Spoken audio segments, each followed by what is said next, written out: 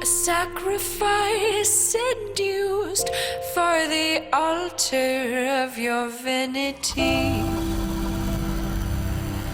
A jealous, hungry God, craving praises of profanity. With bedroom dark and dine, and a deep mouth stained with wine, it drinks its fill. It was your mothers, not your brothers, that agreed to feed you poison. This egregious lack of choice indeed seemed fit to join your voice in, with lies disguised as prizes of reason and wisdom, with briberies of finery to weaken any criticism. Can the fly invade the blossom that devours it? A mouth that lies in wait for a gift of life to shower it. Okay, we're going to have a side session today. We're going to call this episode 93 and a half. Basically, as you guys, as your main characters are out, or in Decius' case, his client is out and about in Capua, going through their struggles. You have left agents, cultists, and Childa back in Rome. So I thought it might be somewhat entertaining to spend a little time getting to understand their struggles and accomplishing the goals that you have set for them. So, for instance, Gregorius has some challenges to face, and he's been asked to look for a replacement for him to take over his duties in the Medicus community so that he can, fade off into the background. Shag the Nosferatu has been asked to look after some Carthaginian money to trace out how they might be getting funded. And the cult has several members that have been asked to do certain things for Hatshepsut, Labiena, and Albina. So I thought we might do a little bit with that. Right. Sounds good. Yeah. Obviously, Gregorius is going to be played by his creator, Nicodemus, as player Vorpal. Albina will be doing some cult members. Dennis will be doing his Nosferatu. Alright, let's start off with, let's say the cult members. How about that? Alright. And in fact, all of you can play a cult member. It's primarily made up of women. A couple of them have husbands, but most of them are just, single or dating.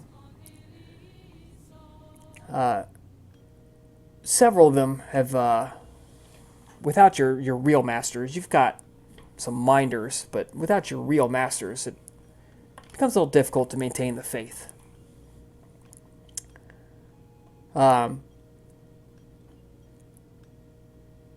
There are a couple of tasks that have been asked of you to do for your priests while they're out.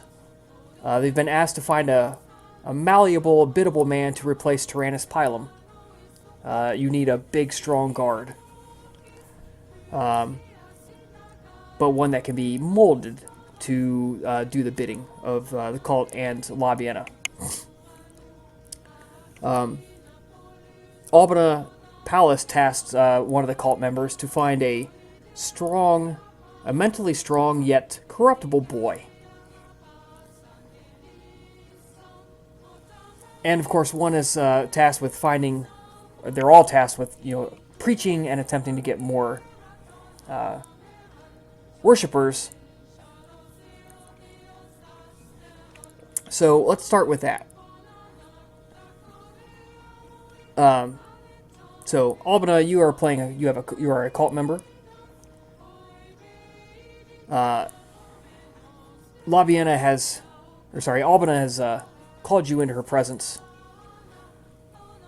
The dark room swirls around you. You can feel the shadows tasting your flesh and your clothing. When you first arrived here, you found it intimidating and scary. Now you find it exciting. Surely only gods could do this. And to be touched by a shadow is to be touched by the presence of gods.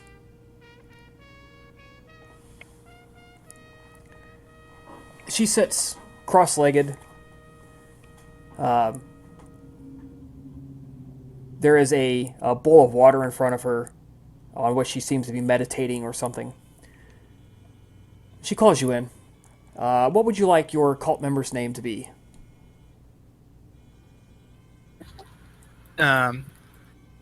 Agrippina. She says, Agrippina, come in. Sit.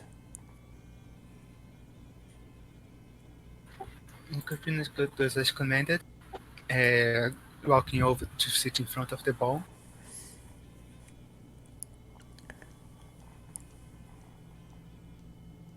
There is a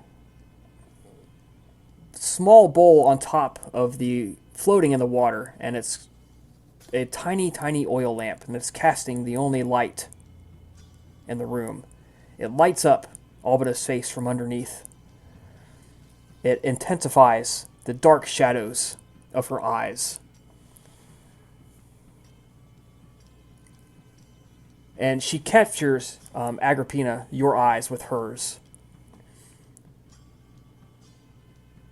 And she says, Agrippina, you have proven yourself to be a most fervent and devoted follower of my sermons and my touch of gods, of Juno and Persephone.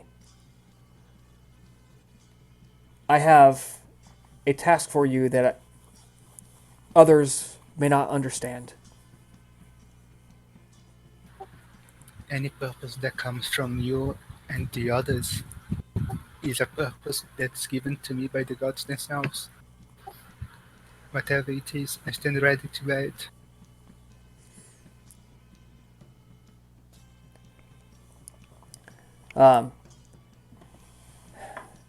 She makes some mystical passes over the bowl.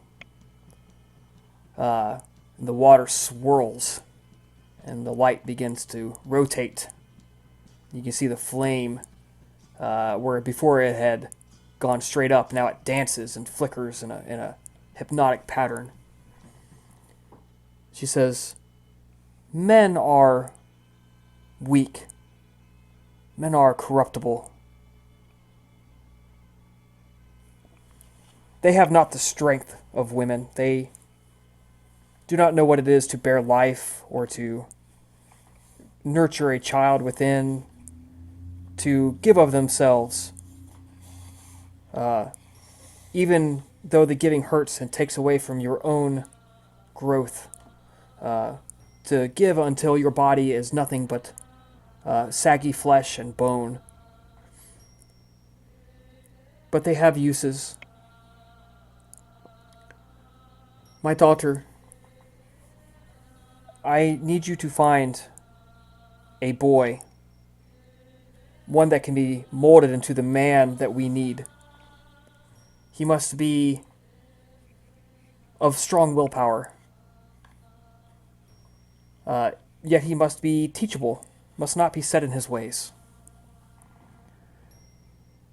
He must grow to see us as you see us, as your priests and your prophets, the voices of the gods, to deliver their blessings and their curses down upon this society.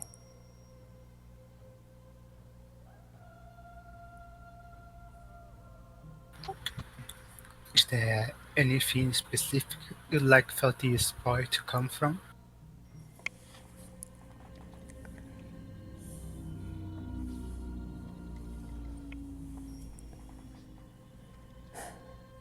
Rome has treated us very well. We have grown with her. We have seen the lion, the wolf, the eagles spread out upon the land. Yet its noble families grow ever more greedy and weak. From among them do not draw. Their fall will taint the blood. No, we must look upon those of strong convictions, yet lesser fortune. The gods smile upon the common man and wish to have among them one of their champions. We shall reach back and follow the example of the plebeians, who drew from among them and made new men, who found the strongest of them to elevate to status and power. From them shall we find the blood that we need.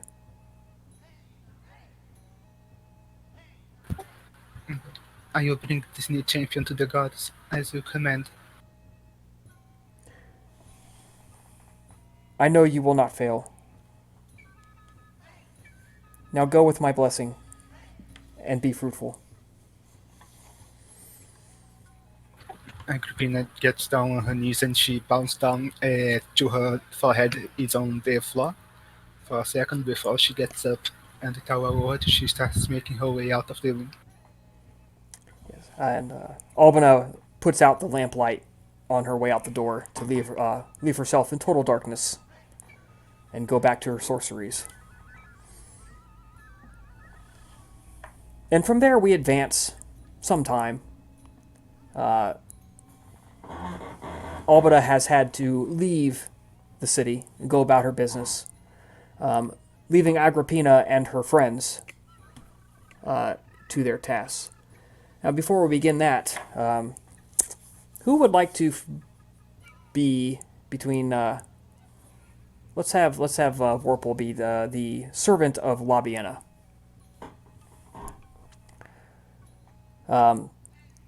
So, a cult member who has become drawn to Labiena is called into her private area. It's just a screened off section, some sheets hanging from the ceiling of the cellar. There is a empty cold cauldron in the corner, a small one.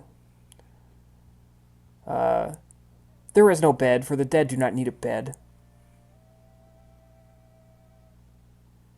There is some shelving behind her and some cubbies dug straight into the wall, and which rest bones and various necrotic experiments where Labiena has been experimenting with various homunoculi and attempting to revive ever stranger pieces of the body to do her bidding. There is, of course, a collection of various bones, some tombstone scrapings, and an unusual collection of objects. Yes, there's some jewelry there, but there's a couple of dog skulls there, some special clothing, scarves, maybe some decorative ropes. To one not initiated into the ways of necromancy, these are all curiosities to gaze at and wonder what she is doing with such items.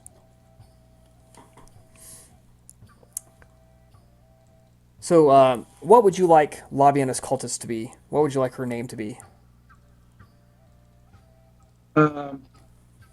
Lucretia has spent her normal days training to be a dancer. She had high hopes to join a troupe of performancers and become a sensation in the grandiose of various villages and cities they would visit. Unfortunately, the fate has something different for her, for it was shortly after joining one. Um, the trooper has run into a squad of mercenaries who, seeing an assortment of women amongst them, has swiftly decided to take over in a manner and has indulged themselves by raping her consistently. She became their plaything for a while, and it was up to when the mercenaries met their end at the skirmish. She was left to die among the remnants of the battlefield, laying in the scorching sun among the rotting carcasses. And these events has pushed her into towards the path of enlightenment, to seek enlightenment and see the greater sense of the world. And this has led her to the cult. And it was very quickly that she has developed some fascination about death and the passing, and the presence of the elusive and mysterious masked presence of Labiena has consistently haunted her ever since the first meeting.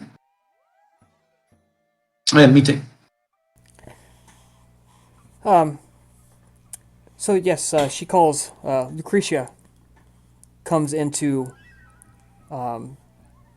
Labiena's private little corner of the cellar. There's a couple of candles burning, and Labiena, who has been standing in the corner, emerges from the dark shadow and presses the lips of her wooden mask to the corners of Lucretia's cheeks and mumbles through the confining facial implement. She says, "My daughter Lucretia, I'm so glad that you have accepted my invitation to come and sit with me and talk." Lucretia nearly jumps in fright. She has no, no. She's not yet accustomed, nor has immortal resolve to resist the simple playthings of the vampires. But she does her best to contain her agitation and struggling to not have her gaze pinpointed at the floor. She musters her courage to react appropriately in the presence of the great vampire, even though she doesn't know the term most likely. She gulps, and yes, thank you for inviting me, mistress. It's a great honor to be in your presence and experience what perceptions you may have to offer in any matter. She trails off a little bit, mumbling, but she shuts up and dons her best pleasant face. Lucretia, among all of the followers in our great family here, you alone truly come close to approaching an understanding of the journey of Persephone, of how she was involuntarily taken to the door of death and rises away from it. While it has been but once for you, I have replicated this journey many times. I believe that you have the capacity to understand my struggles with just a little more training. Would you like to know more, to feel more, to see more?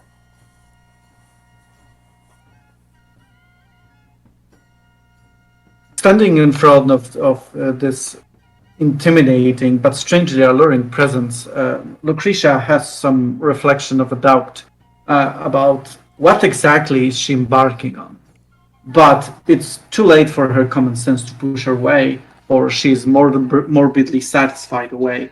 She clasps her hands together and nods, perhaps too cheerfully considering the surrounding ambience. And yes, yes, my mistress, I would very much like to further my understanding uh, and understand Persephone's journey in full. Uh, how may I assist you in any way? You said you mentioned struggles. Uh, what Yes, could possibly be there in your way as an obstacle? death is a transformative process. Much as when men and women die, and they must journey across the desert sands and through the caves to the river Styx, where they pay the fee to Charon to be ferried to their ultimate reward. To do that is a journey, and it is one along which most of us have traveled, but those. But I am a servant of Persephone. I have served her will, and I have made the journey all the way to Charon, and locked eyes with his burning gaze, and returned to tell the tale many times. In this journey, you learn knowledge. But I require help. It leaves me weakened. And I think you can get this help for me. For us. So that we may journey together.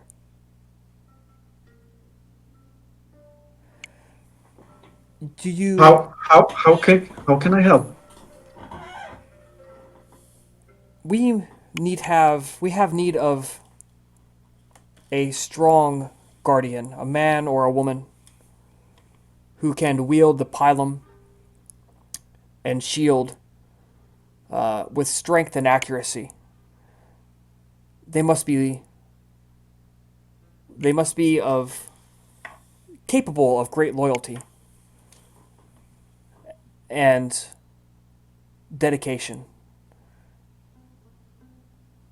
They do not need to be as you or I. They need merely be able to see that there is a cause beyond which they can dedicate themselves to. Can you do this for me? A brief flash of contempt crosses Lucretia's features as she considers the request. To her, men are anathema because it was men who subjected her to her fate, to her experiences, and who have used her in many ways. To her, men are trash. But nonetheless, as feeling the watchful gaze of the masked creature, she quickly folds her lips into a thin line, and she nods obediently. Uh, of course, mistress. One strong man capable of loyalty.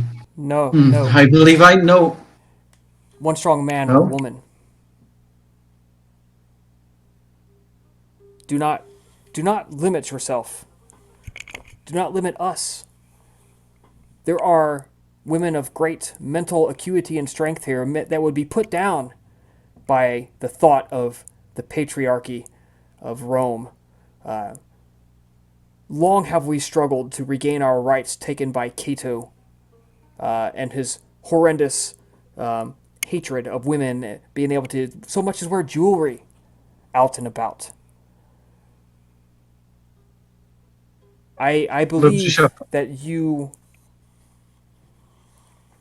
I believe that you have the capability. Yes, a man, if needed, if a man presents himself, but a woman as well is also acceptable. And if it is more comfortable to do so, and you can find one, do not hesitate. Bring her to us that we may make her one to bring her into our fold. Do you understand? Yes, perfectly. Uh, I believe I know where to find one. And when do you need this deed done? Alas, I must leave shortly. You will not have time before I go. However, while I am gone, if you will go with Agrippina, who is on a mission with from her chosen patron Albina, the two of you together will be safer and I think more able to pursue your individual needs.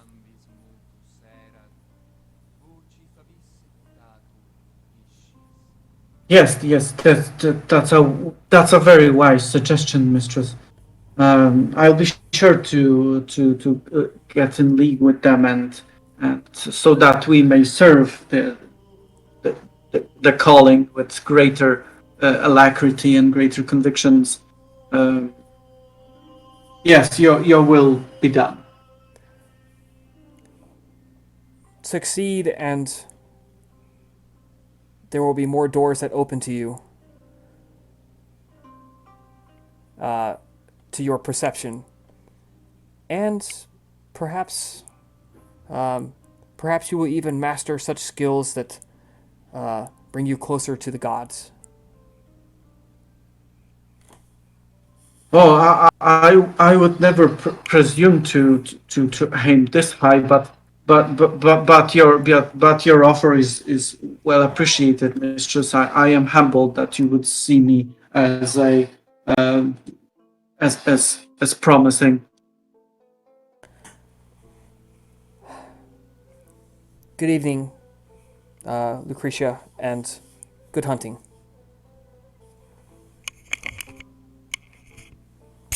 Good evening, mistress. Thank you. Okay. Lucretia promptly stumbles out, being dismissed, and comes to herself at her lack of resolve and integrity. Right. So, like I said, several weeks goes by. The coterie heads off for Capua, and Agrippina and Lucretia talk, throw some ideas back and forth, and get a chance to make decisions. Perhaps who are they going to go after first? Is there any families they want to target? Perhaps veterans. There's many choices to make. So the two of you get a chance to get together and make a plan, if you would like to do that.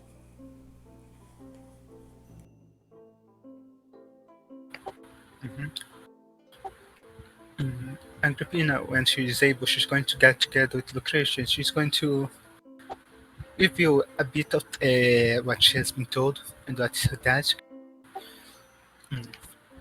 Telling that Albina wishes to save a young soul that shows itself to be worthy of being given the tutoring of the messengers of the gods. She's going to suggest, for her case, she's going to suggest looking among orphanages in street kids. Red kids. Hmm. Perhaps there is. Perhaps we can find some more grown up, bigger than others. Yeah, that could work. I was also thinking that perhaps we may we may travel to a to where the craftsmen dwell. Perhaps a strong blacksmith apprentice that is only making his first marks. Could be a promise. Perhaps, but how to test his will? If he has the will to be lectured by the messengers of the gods. and she's malleable to become an instrument of the gods. Well, you can't know this just by meeting a street urchin or whatever. It will just have to go. Um, but on the other hand, we cannot just simply offer our mistresses a, a failing material. How to test one?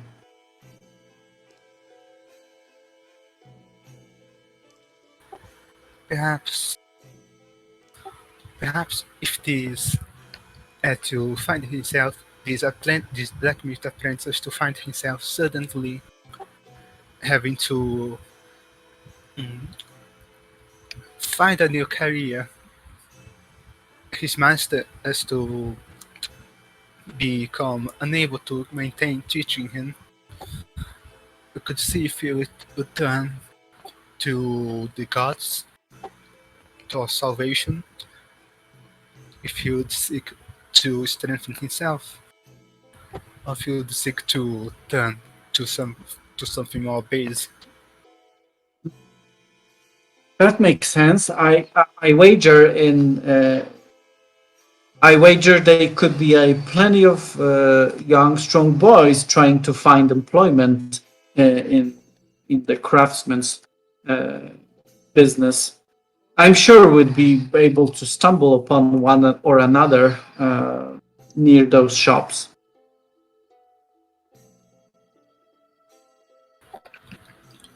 What about your own task? From what I understand, Mistress Labiena laid something before you. Our tasks align, I believe, only so that the exception that I may also choose women for these kind of tasks. Obviously, loyalty is very important, and so is susceptibility to spiritual enlightenment.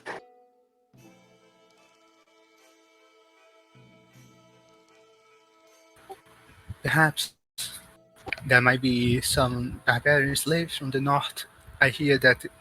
Would at this point Rome have already gotten into conflict with Germanic tribes and Isifian tribes and other tribes that make usage of human combat roles?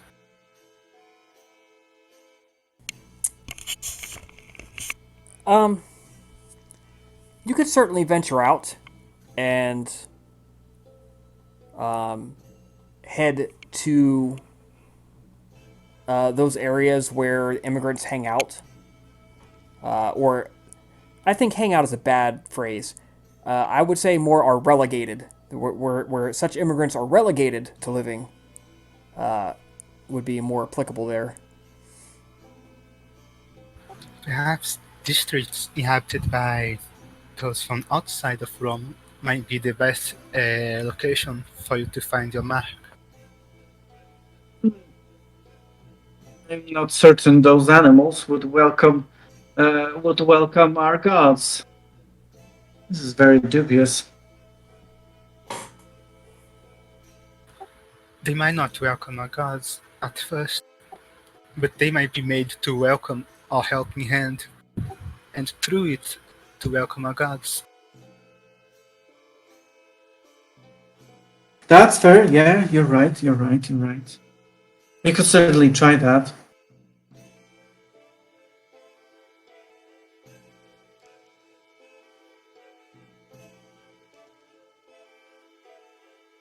Well, now it seems we got some leads. Let's.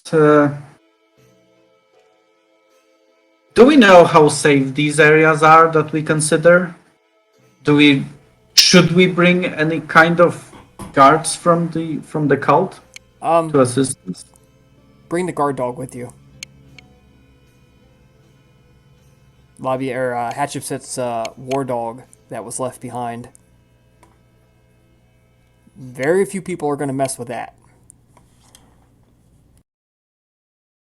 That's fair. Won't it also raise questions and be intimidating? How big is this dog? Can it act timid Um, if requested? it's well trained. Okay. Think Rottweiler.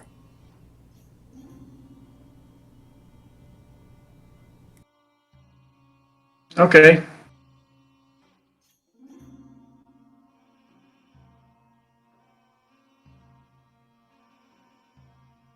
Well then, I guess we'll probably need a little bit of coin on us. Who knows if we need any kind of drinks to loosen their tongues. And what's the war dog's name? Uh, I don't It think we better ever not named be it. Fluffy. Just call it Dog. Good boy. Call it good boy. Yeah, I don't think Hatches had ever named it.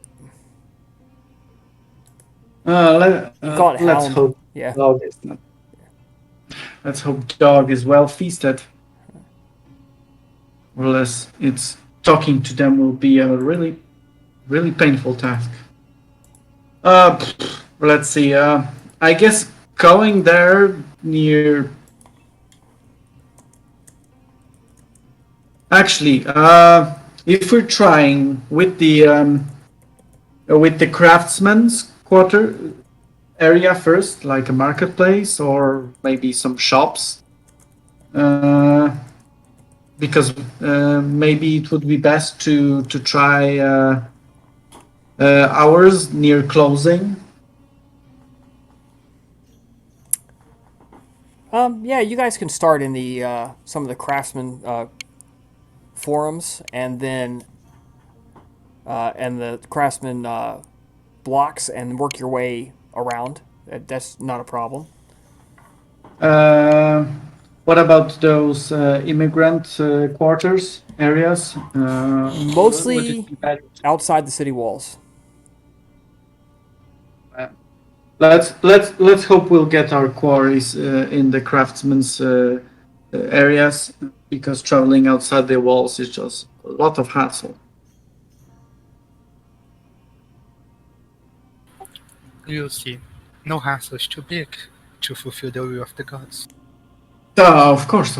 I've never questioned that. I was merely referring that if we can get two birds with one stone, all the greater effectiveness to our cause.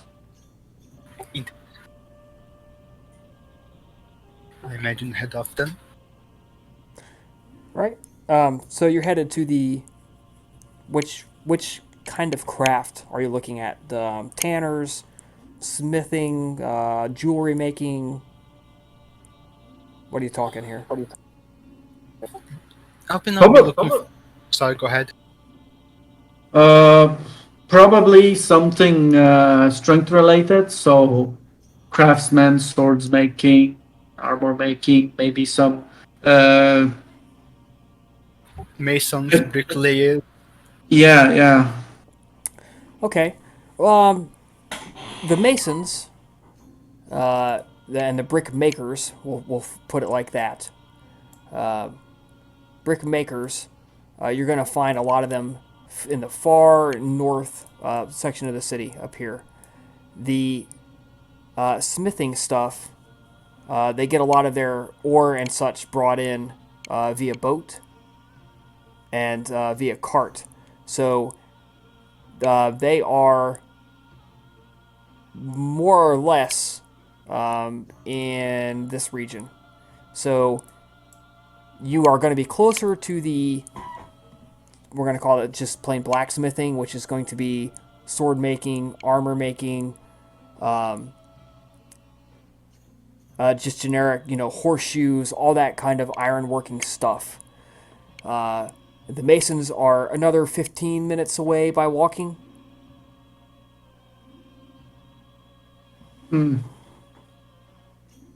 Let's try early afternoon.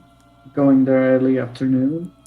Trying to scope how big interest is in terms of apprentice seeking master.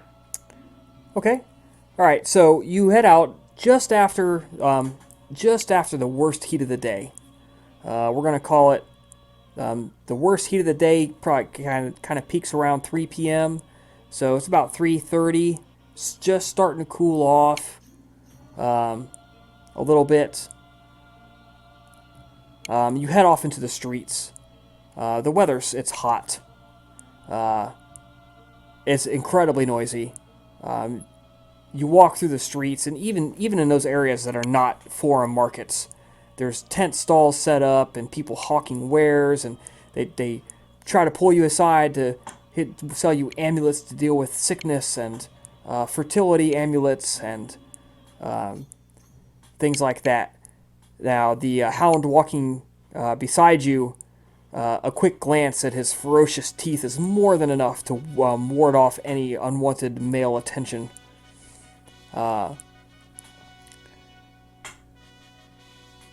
And of course, being that it's nice and warm,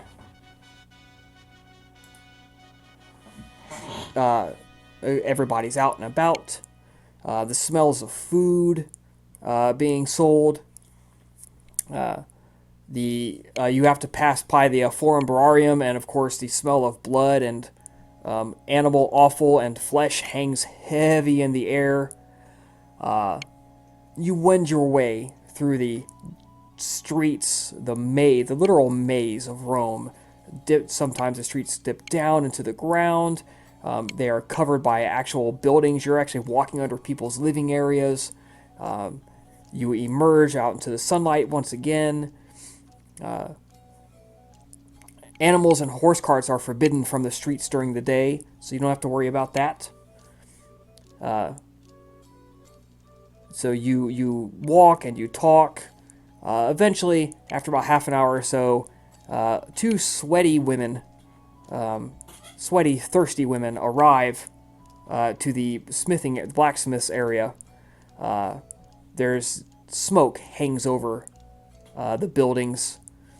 There are numerous shops laid out that show various craftsmen, their names,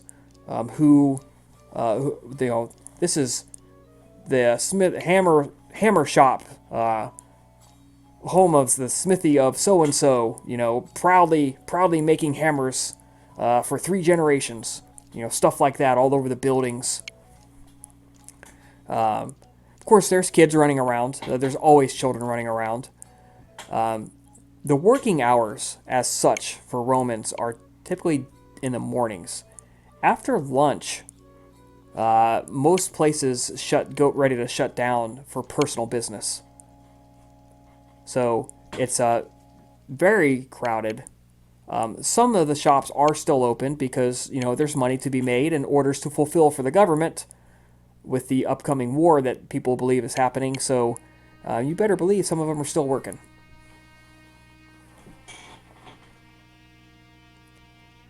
Okay. We're on the lookout for any kind of grown-ups that have a bit of muscle on them. And if we can see them trying to apply to any blacksmith for work, even better. I'm gonna be keeping an eye out, especially on any craftsmanship that looks to be doing bad. That seems to be on the downturn. Okay, so we'll start with Albina then. So, Agrippina. So, Agrippina and Lucretia, you travel in from the outskirts, and eventually, as you are gazing at each shop, you look inside the open doors and see strong, sweaty men pounding away. You hear the hammering and tapping of steel on steel. There are clay towers everywhere. You don't know what they're for. If you knew what they were for, you would know that they're smelting ore into workable metal.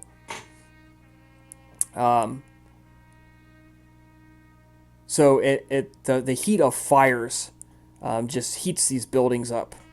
You can actually see the heat shimmers of hot air emerging from the windows of these buildings. The glow of orange of the forges and the steady poof, poof of bellows as people work as young men work the bellows as part of their apprenticeships. And you find one such shop that's got a much older gentleman in it. His back is stooped. His arms are still very powerful. His apron, though, appears to be a little bit older. It's scarred from the heat of tens of thousands of sparks hitting it, chunks of metal. And the only other one in the shop with him is a boy of 12, maybe 13. He still has his the necklace around his neck that indicates he's not yet reached manhood. And the boy is working the bellows, and a man's trying to instruct the kid on the proper angle of hammer blow to work the piece that he's working. This is very much a, other shops had, more than one apprentice. This appears to be the only apprentice this place has.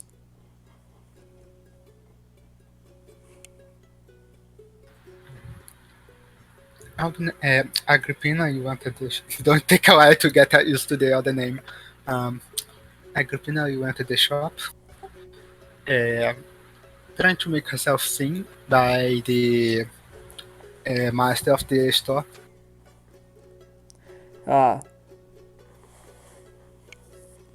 He sees the shadows moving, and he looks and sees the lighting change, and he grabs a young boy, and he says, puts the piece in, and he says, now move the piece in and out, and move the bells with your other hand. Do not let the color change. If it gets, remember, and he says, now if the metal gets too hot, what's it going to look like? And the kid's like, it's going to get whiter. And if the metal gets too cold, well, it'll get redder. So good, you want to keep it orange, right? Yeah, yes, master, we'll keep it orange. Okay, good. So he leads the kid over to do what he's doing. And he stops by a barrel and takes a rag and wipes the worst of the crap off his face and wipes his hands off and comes over to see you. Says, good evening, Domina. Good afternoon, Domina. What brings you to my shop today? Agrippina make a show of looking around for a second before turning to the craftsman. There has been recently a need for some house shoes in my household. My husband sent me to get some. Yes, he is busy tending to the field, to the animals. Oh, well. But I'm afraid. Sorry, go ahead. Yes, we have a selection of horseshoe sizes. I can, of course, custom make them if you bring me an imprint of your shoes. I will be glad to make them explicitly to size. I have a fine selection of implements as well for the kitchen for your slaves. And my young apprentice here, we are working a ornamental piece for a gate. So whatever your needs, we have the ability to fulfill them.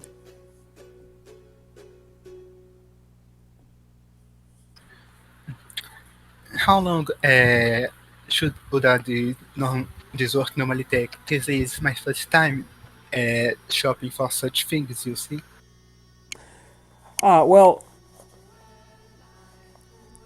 Fortunately, we have the metal available to make several sets of horseshoes. So that won't take very long at all. Probably a day, I can have them ready. I would tell you, as I said, I can sell you these right now if you believe that one set would fit your horses. If you want me to make them from scratch, to custom sized, I have some steel over here, and he points towards a pile of small pieces. Clearly, none are large enough to make a sword. He says, I can reserve some for you, and When you bring them to me, I will make them in the morning. I can have them done in 4 or 5 hours, so by lunchtime. Yes, I believe that would be great. She's going to make a show of glancing over to the boy behind him, working on the bellows. Uh, I thought, since, forgive me mentioning this, but the shop seems rather empty compared to the others. Yes, my poor son died of the cough last year, and his grandson here has been the only one to take over. Everyone wants to make swords nowadays. They have better financial connections. Uh, Experience doesn't seem to count for much anymore.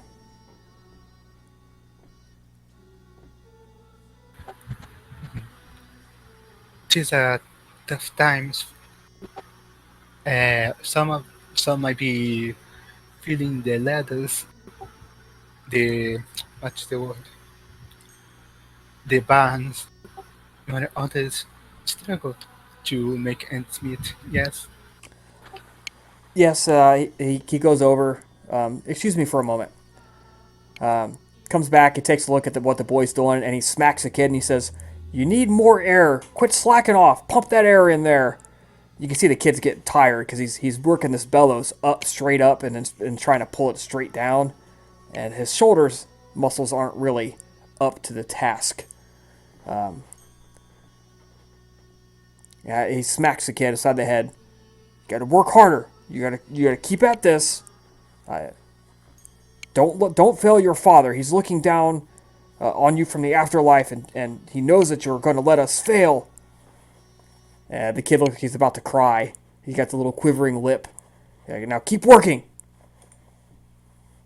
And he comes back to you and he says, "My grandson, he's a good boy, but his father treated him a little too softly." Softness seems to be the curse of the new generations. Oh, I know. They think having a sword in hand makes them strong, tough men. They don't know what it is to create and to feel the fires of the gods, to bend metal like Vulcan himself.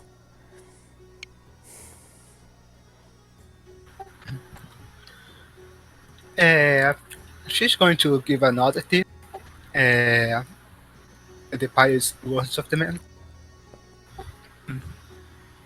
Indeed, she's then going to proceed to get a bag of a few coins out. How much would such the custom horseshoes cost? He taps his face and he names you a fair price. She's going to. Would she have the money on her to pay for that? Oh yeah. She's going to lay down the count and say, "Hmm, if you uh, if you not be too much of an issue, may I suggest for me to take a friend over to my farm so that he can get a look at the horses to see the imprints? I'm afraid I do not have any idea how to do that, and well, the horses being out of the picture for a while. My husband has been having to do most of the heavy lifting, and I do not think he'll be able to make all the way back to the city." Yeah. Boy. And he walks over and he pulls the thing out. You can see it's a kitchen spatula that he's making. And he kind of like wedges it in the anvil, and he says, "Boy, go get the blocks, the clay, and a bag. You're going to go with this lady here, and she's going to have the horse step on the clay and bring the imprints back to me. You got it, boy?" Kid's like, yes, grandfather, yes, I've got it. I'll get it done. And he runs off to get the stuff. She waits. After paying the man, she waits for the boy to return. A satisfied look on her face. It takes a couple minutes. But he does. He comes in. Comes back. Yeah, I'm ready. Splendid. Please follow me and stay close to us and the dog. Do not wish to be accosted by any uh, any empires, any empires in less than pure soul that might think that we are an easy target on the streets. Yeah, the kid, he puts the bags of stuff. They're like tied in two bags. He puts them around his neck like a yoke. And they're almost like comically banging as he walks.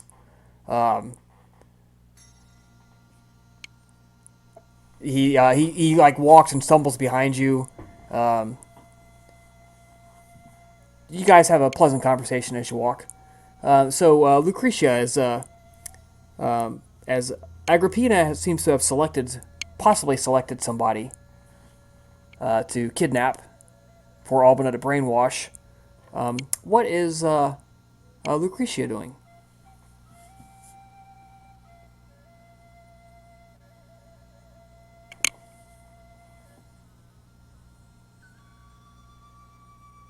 Am I coming through? Yeah. Yes. Sorry, forgot I was muted. Lucretia had been standing around outside the shop for a while to not make the crowds inside. She was idly looking about what other opportunities are nearby. So, are there any street urchins or whatever? Oh yeah, there's lots of kids running around.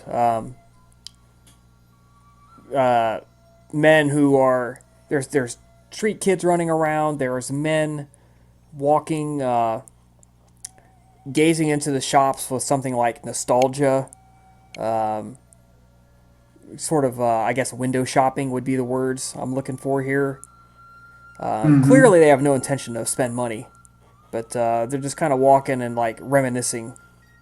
They've got that faraway look in their eyes. But they're not here to spend money. To be fair, in Lucretia's mind, the idea of bringing an immigrant, because she heard that barbarians have a lot of girls that they raise like men to be able to fight, to be able to heavy lift.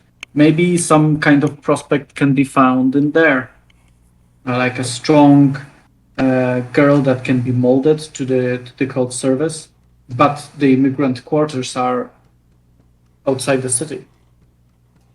But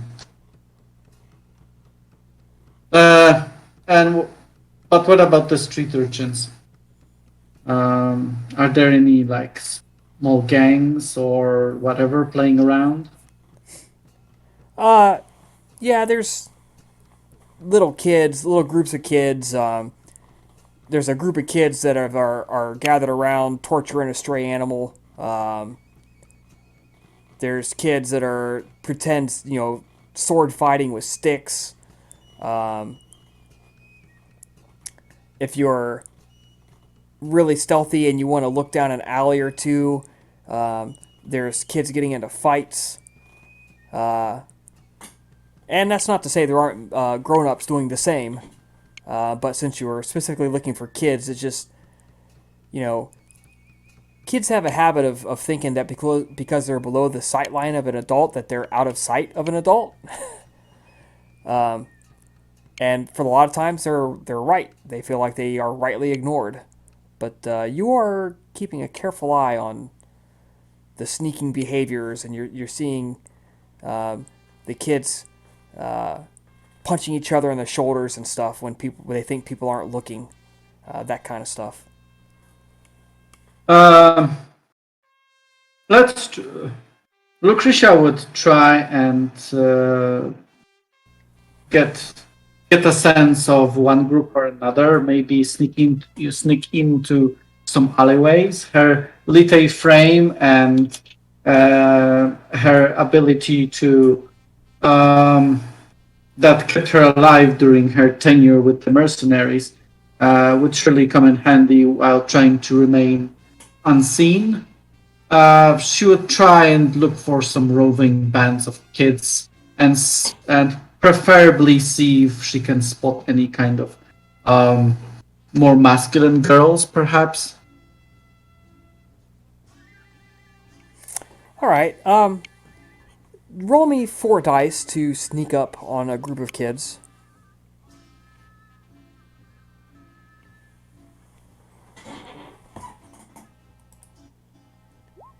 All right. Yeah, there's a. You spot a particularly likely looking group of kids, about 4 kids maybe, varying in ages from like 7 to maybe 10, 11, looking pretty skinny, hungry. They got mean looks on their faces. Like these kids are used to doing stuff without basically doing whatever they want. They've just got that look in their eye, you know. And in one of the many side nooks and crannies, they turn sideways and they head into a small little open space between buildings that they don't think an adult would be able to get into. But you have always been a little skinny because of the dancer's build, and you never really recovered muscle mass and any fat from your starvation diet during your time with them. So you squeeze your skinny frame in between this tiny gap, and you manage to sneak in behind them, and you can look around the corner and see them. They are kind of smacking each other around, playing some sort of kids game. And as such things do with children of a certain age, they begin to denigrate into sexual talk and innuendos. Entirely, you would expect such crudity and language to come from soldiers celebrating the victory over Gallic enemies, perhaps. To hear such a crude phrases about how they're going to plow this person's ass until their cheeks bleed, so that they're, and only then are they going to let them sit down. You know, that is just so much more shocking, seemingly coming from such a young, like 10-year-old kid.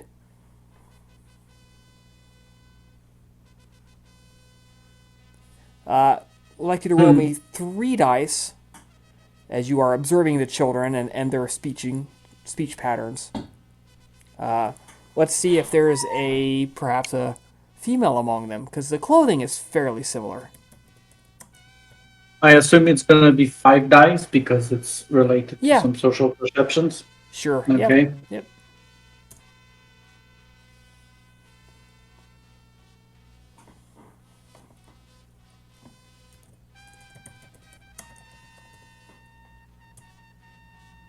All right. One of the 4, the most aggressive, the one who's talking the most shit. They're having a I did this with your mother last night, blah, blah, blah, and the one kid like steps up and pushes the other one, just whack, 2-handed shove. Says, Jupiter's gonna show you out. Mars himself came to me in the dream last night and told me exactly how to go about plowing your mother. And I'll tell you what, boy, you get in my way again, you make another joke about mine, I'm going to have all these boys hold you down. I'm going to show you the meaning of the word sore ass. Like, I'm just really, and you just know that kid does not have a dick. That overcompensation.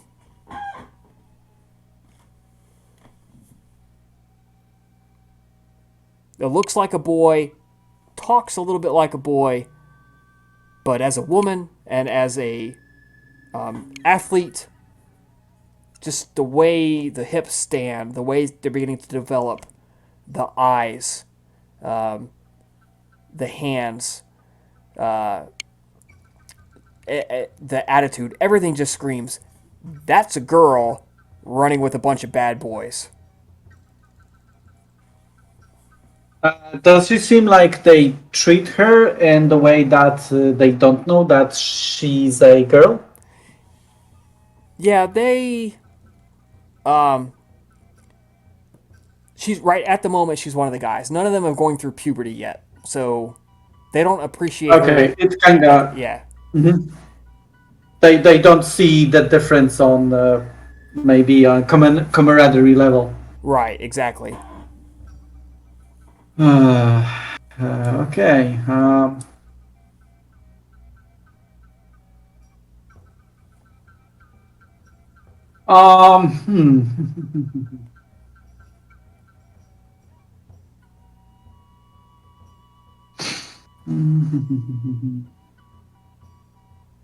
So this place where we are, does it seem like they have a really easy time to flee if they could, as compared to Lucretia? It's a narrow entry and a narrow exit. Think Is like, it the one? yeah. Well, there's one. You can enter from either direction and leave from either direction. But it's like the way the buildings got built. There was a tiny gap between the walls, and somehow that tiny gap opens up into a clearing of, 6 foot by 6 foot or 2 meters by 2 meters, and then it closes in again to another narrow wall gap. Doesn't look like it's planned. It's not perfectly square. It's got some debris and stuff in the dirt where people have threw old construction stuff that they didn't want anymore. It's just one of those little hidden places that kids just tend to find. Okay. Lucretia doesn't want to us address them in this heaven of theirs because their reaction would be that they would flee and she can't really follow them. So her plan is to wait them out and see when there would be when they are going to leave. And so yeah, gonna wait until then. Okay. Would you like high or low? Let's go with high. No, they settle down and look like they're going to be here a while. Okay. Mhm.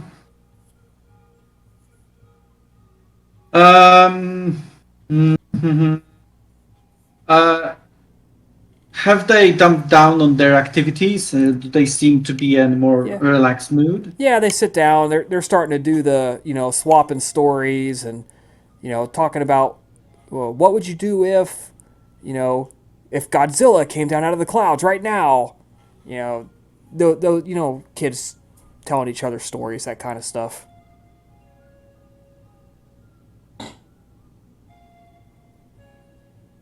Just shooting the bull like Okay. kids do it during amongst each other. Okay. Lucretia is going to silently reach to her pouch, extract a coin of low value, like the usual, like Sis- something shiny. Sisteri. Probably that's, and just stealthily roll it across the street towards them, just to get some focus and see their reaction. The unevenly milled coin rolls in the dirt, hits a scrap of wood, and then lands exactly as you planned in a patch of sunlight. And the time the gleam catches the eye, and they all four of them look over, and just in time for you to duck back around the corner, and they're like, "What was that?" And they get up to go look, and they see the coin, and all of them are like, "That's mine! I saw it first!" And they're, no, I saw it. And they like start scrabbling over it. And pretty soon punches begin flying. Lucretia waits a little for them to wear down their initial strength on this inner struggle. Yeah, you hear a couple of smacks and knocks, and the kid sits down. Oh, why'd you do that? Why'd you hit me so hard? Tears are flowing. Lucretia repositions herself to see if she can make her way to a place where she could possibly intervene and grab the girl if she would flee too fast. But All right, you that peek can be around. trouble. The girl has her back to you, along with two other kids, and they're looking at one kid in the center, who's got sporting a very bloody nose. In fact, it may in fact be broken. And the girl has the coin clutched in one hand, and there's blood on her fist. So she probably threw the blow. She's a scrapper. Okay, awesome. see- Nicodemus. Go ahead. Okay, Lucretia is going to emerge behind her. If she so much as moves to try and flee, she has this plan to just grab her arm. She emerges herself with another coin in her other hand, in her left hand, and she crooks a smile to indicate she has no ill intention and just declares, "Good afternoon." Is it afternoon? Yeah, that's it. Afternoon. The kids are like, they all gather around protectively. The crying immediately stops. What do you want? Just a word with one of you, and if you just let it be, there might be some little more of those for you. She suggests that Yeah. the coin. They're like, well, go ahead. What do you want? Like, they're all immediately focused on more money. Because, yeah, they're very poor.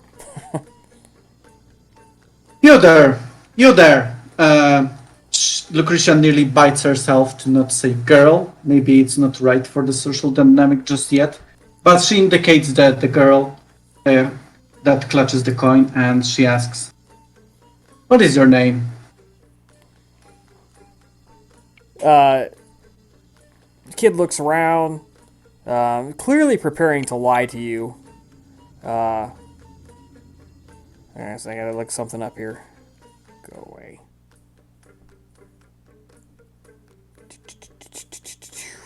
English to Latin translator.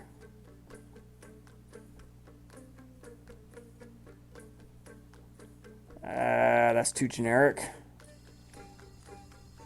My name's Matrum. It's Matrum. I am pleased to meet you, matron. I am Lucretia. And I'm looking for some people that can do stuff. If you would be willing to assist me and my friends in various matters, I may have coin for you. And she looks at the other urchins. Perhaps they could make some useful messengers and eyes on the street. Maybe for your friends as well. What do you say? Do you want some make some money? Yeah, we want money. What do you want?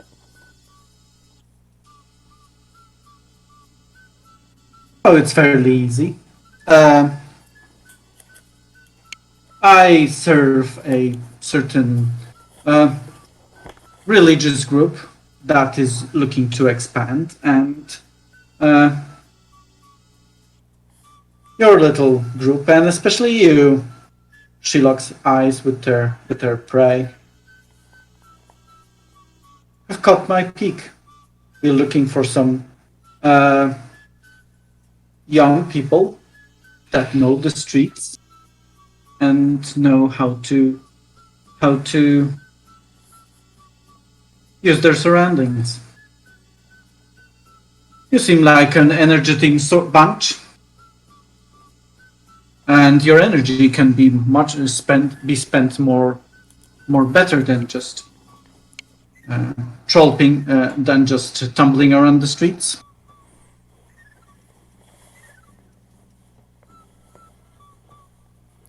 Yeah, well, everyone around here knows us. They all fear us. Why couldn't they? Uh, yeah, we're the strongest, fastest, smartest ones out here. Why do you think I'm coming to you? Hmm? Yeah, that's right. Of course you are. The kids are obviously congratulating themselves, even though you're just playing the hell out of them.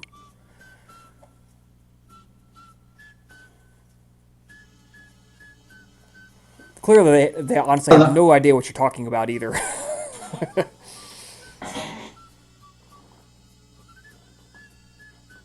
Let's do it like this. Um, I'm going to give you this coin for just piquing my interest. But if you want more, I would like you uh, to come with me to this place. And she mentions the general whereabout, where we'll see what kind of metal can you deliver. And if you live up to your reputation, I'm certain you will find yourself well rewarded. All right, all right, could do that. Come on, guys. Looks like she's buying us dinner. And so the four of them pick up and follow you. So you got Lucretia just tosses, as promised, just tosses the one coin she has towards them. She doesn't care who grabs it. Um, she goes to squeeze out of the hole, and uh, she directs herself back towards the cult compound, and her aim is to get closer to the girl. oh, she's the first to Chatting them emerge. up. Yeah, she comes out first.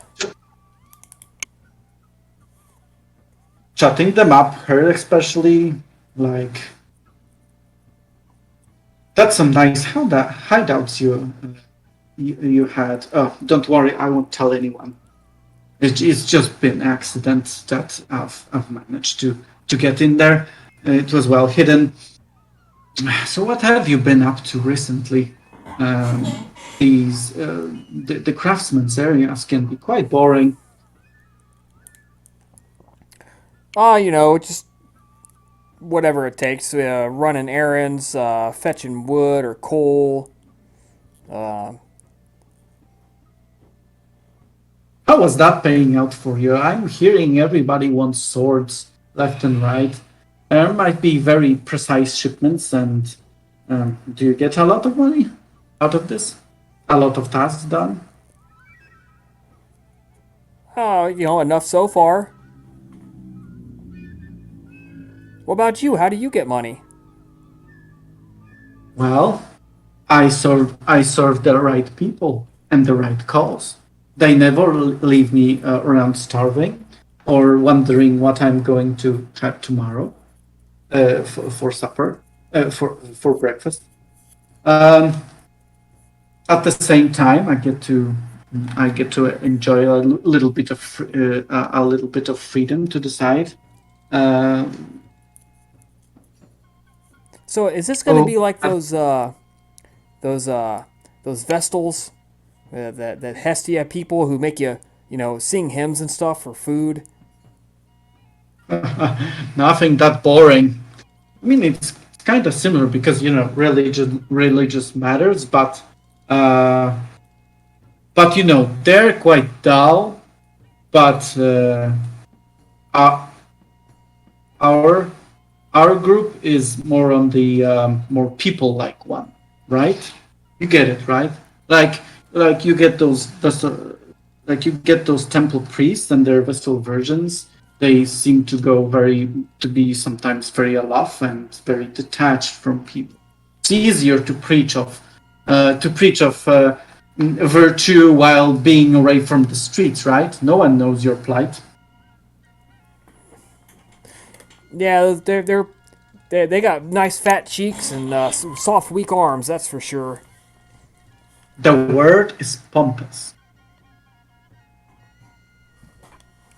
Pompous, huh? So, like, She says it like she's testing it. And the kids are the boys are trying to interject like boys do, and the two of you basically keep ignoring them. So it's not like they're being quiet and docilely following along, but it's you're walking along uh, and she turns around and she goes, "Shut up, you pompous idiots!" And the kids are like, "Who you calling pompous?" And you got to kind of break up the fight so you can keep going.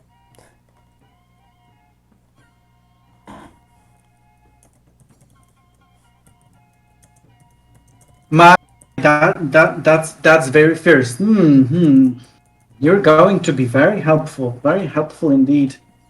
Um, so yeah, I can promise you that's not going to be as dull. And there's plenty of opportunity to make do and to make yourself some coin and some name.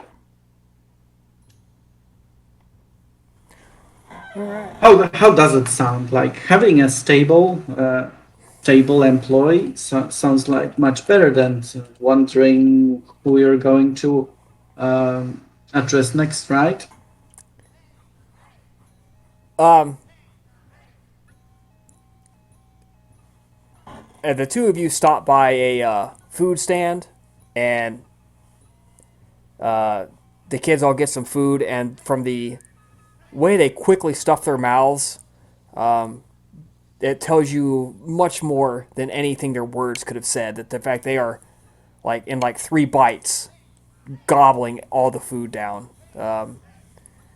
So that tells you more than just words could about what they're getting and how hungry they are, mentally and physically.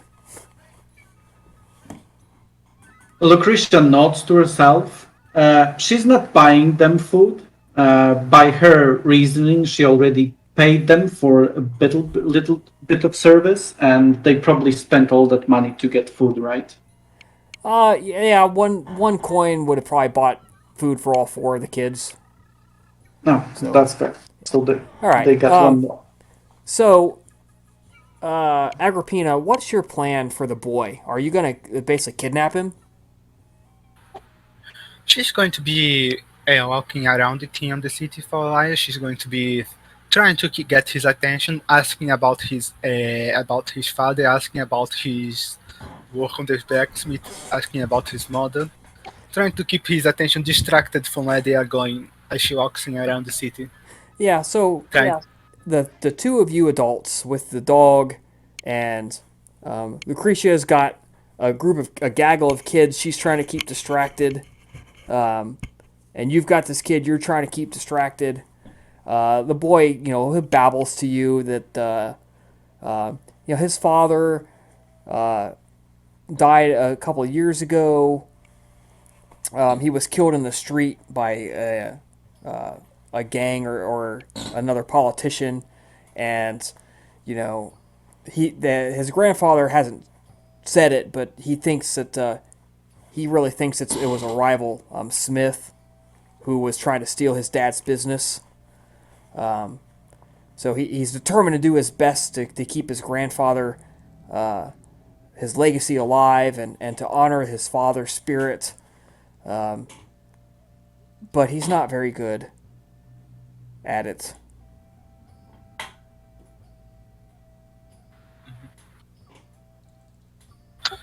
well, do you know what I believe that the spirits of the dead desire more than anything else? No, Domina. What is that? Justice. You say that your father is killed by one of his competitors, but has justice ever been brought to him? We can't. We couldn't afford to pay for it. He has more money and friends on the court, and we can't afford to get him held accountable. He just buys his way out of it.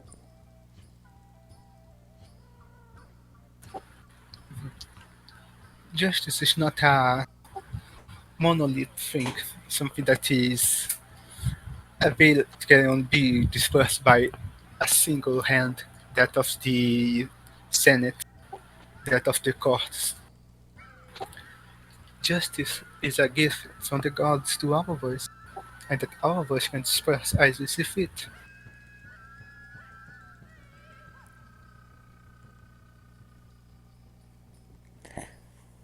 Well, it's. I thought about trying to sneak out and kill him, but he's always got people with him, and he's a big guy, and you know Grandpa works me hard, and I fall asleep.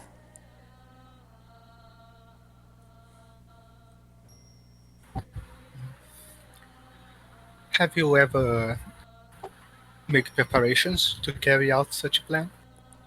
I just figured I would wait for him outside of his smithy one night, and as he came out, I would just emerge from the shadows and stab him a few times, and he would die. Have you killed someone before? No, but I hear all the soldiers talk about it all the time. I hear people tell about war tales how they just stabbed a guy once and he fell over and died. So it can't be that hard. Perhaps, but you do not wish to disappoint your father, do you? So it needs to be done correctly. It should be something that is done, that is practiced before it is done in the name of your father, in the name of justice. Otherwise, if it is botched, then how dishonorable that be? Well, how do you practice that? By performing it, of course. How do you practice anything? Well, I don't want to kill anybody else. I just want to kill that guy. Of course, you don't want to kill anybody else. You don't want to commit an act of injustice as has been committed against you. But you can impart justice upon others that have committed injustice. I You can don't know what you're getting at. I don't think I understand. What I'm getting at, your Venus, is that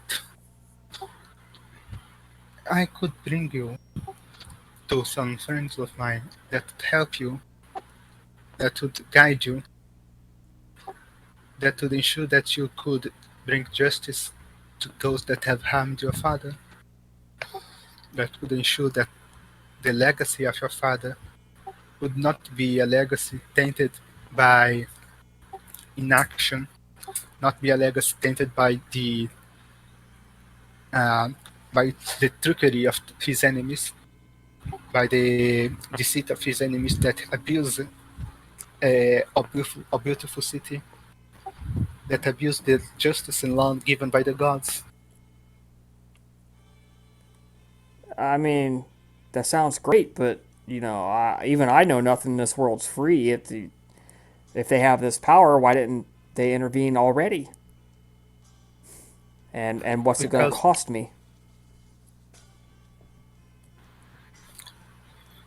it is going to cost you a bit of your time. I thought why they haven't intervened already.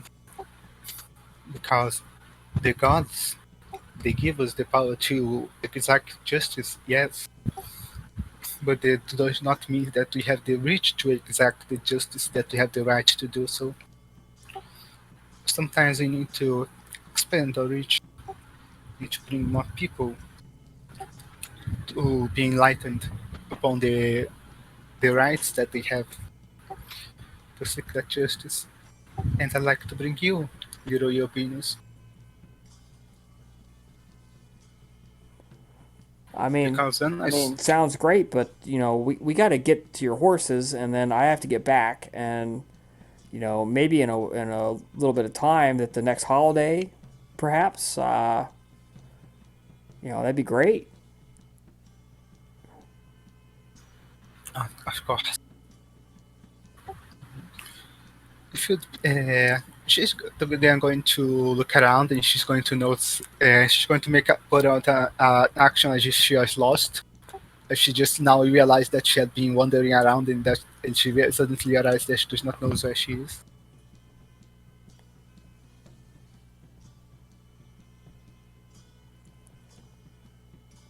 Um, how did you get lost on the way back to your house? Uh, I was so entranced by your conversation that I briefly got myself, that I forgot where I was walking. I don't, like I said, I don't come often to the city like this, to this craftsman district.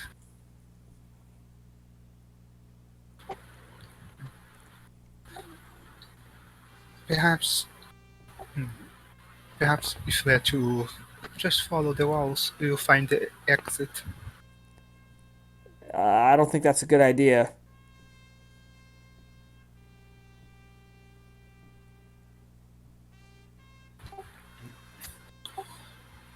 What do you mean? I mean, if you just follow the walls, you might run into people you don't want to run into. Maybe we should go back the way we came. What hour would this be like? Would the sun have a red set, stuff like that? Nah, let's call it about 5 p.m. It's getting a little cooler, a little bit more dim. Sun's still up though. And he's like, I have to get back soon too. I can't be out here when it gets dark. It's a lot of bad stuff happens at night, and I can't be out here too much later. So, you know, Yes, of course, you're right. Uh, she's going to look around for a little bit more, and then she's going to try to act like suddenly realization has come to her face. I think I recognize one of these roads. I believe my husband would speak of uh, one of his friends from the city that would live in a place like this. If we could stop by the place, we might be able to get ourselves a torch to light our way back to the blacksmithy of your grandfather. I don't want to disappoint him or you, but you know, I can't be out at night.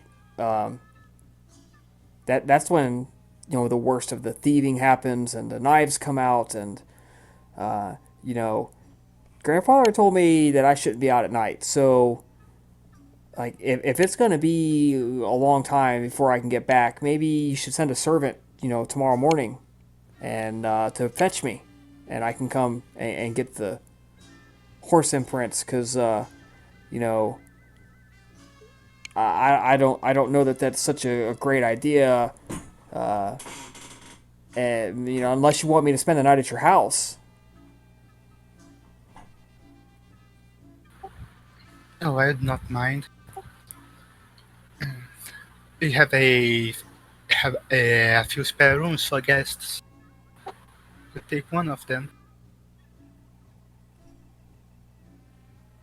and we could even send a servant to tell your grandfather that due to the necessities of the time, you had decided to spend the night with us, and we can send you back home with Brutus, and then she's going to pet the hound to keep watch over you.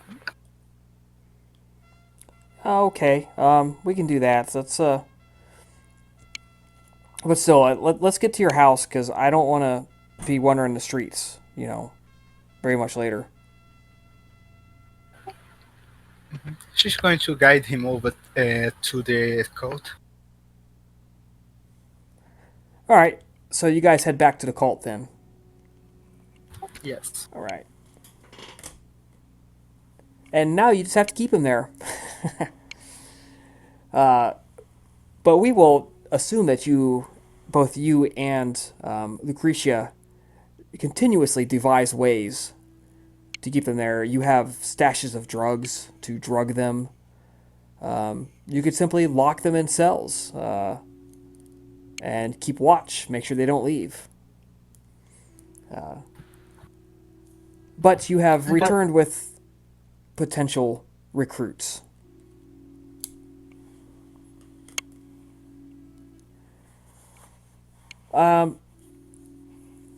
So we're gonna do one thing with we do some stuff after break with the Nosferatu, and then we're going to call the session. So let's just take 5, because we're going to end the session probably pretty early, anyways. So we'll take 5, and let's come back in like 5 minutes, guys. Sure. All right, we are moving on to the Nosferatu.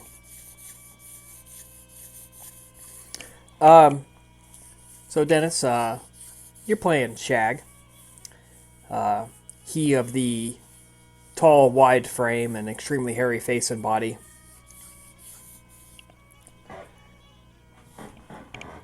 Yeah. Your patron, Decius, calls you in to a meeting. Decius meets you outside one of your usual haunts. He's being carried by a litter, one of those, box seats that a rich person can sit in.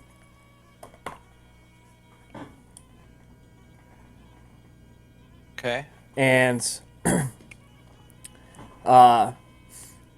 he sets down, makes his way to a spot where there's wood on the ground, so he's not getting all filthy. And says to you, so, Shag, are you ready to talk? And he looks around, waiting on you to come out from Obfuscate. I slowly approach from the blind side of him and say yes. Ah, good, good. Come. Do not skulk in front of me. Do not be ashamed. Yeah, he moves forward. Now, my young friend, I have kept my word, and I have intervened on your behalf in the dispute that you had regarding your feeding territory. Unfortunately, there has been a problem, not with you and not as that situation, but I think there is another opportunity for us to help each other. You are aware that there has been a rise in violence and crime against our kind, correct? Yes. I gotta be more careful around this time. Yes, you do. There has been a terrible traitor, a rouser of the worst elements. His name is Critias. He hails from the clan of, well, let's just say they fancy themselves scholars and warriors. They are nothing more than jealous fools, rabble-rousers, if you will, barbarian scum, thinking to bring down Rome by appealing to the worst. You, my friend, are the opposite of this. You have proven yourself to be intelligent, suave, and having good judgment and choice of friends. I need you to devote your efforts to tracking down this Carthaginian, this slayer of children, this worshipper of barbarian gods. Need you to track down the money that is funding them. There is several cells of activity.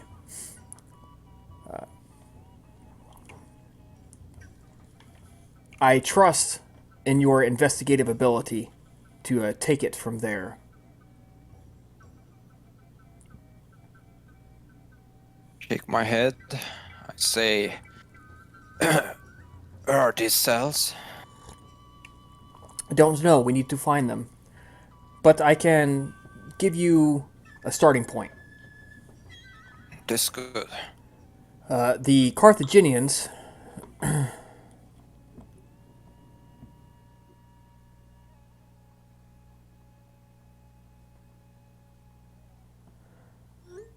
the Carthaginians have begun to fund raiders to raiding our shipments up from Ostia. They can't get them all, of course, but the violence being done to our merchants and the sinking of the vessels has damaged the speed and efficacy of our grain shipments and unloading, and the people of Rome suffer. If you can start there, perhaps you may be able to find who is paying them, where the money's coming from, something like that. That's unfortunately as much as I can say. Okay. To be clear, the ships are being destroyed, but he means that I should go to the docks, right? Not to... Well, not to the sea, I mean. Well, I'm bandits supposed to are hitting our go to the shipments. haver. They're hitting our shipments. They're not hitting the docks. Oh, shipments, sorry. Yeah, okay. Sorry, I understood it like ship. Okay. So it's over the land, right? Not over the sea. It is overland and up the river. Okay. The Tiber River, from Ostia to Rome. Okay. From Ostia to Rome.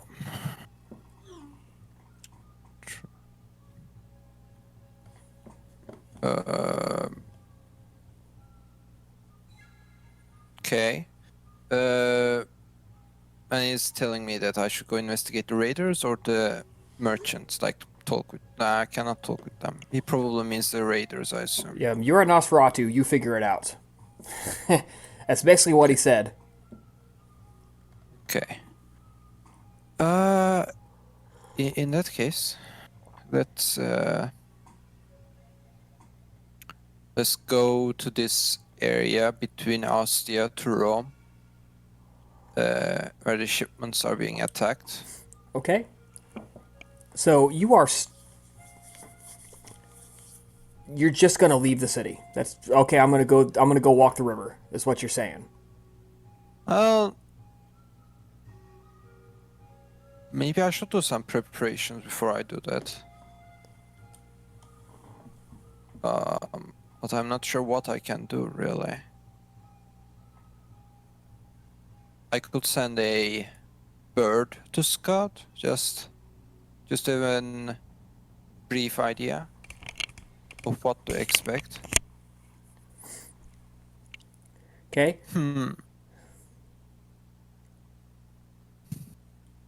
Yeah, that's something I can try. It's a kind of risk-free thing to just send a bird.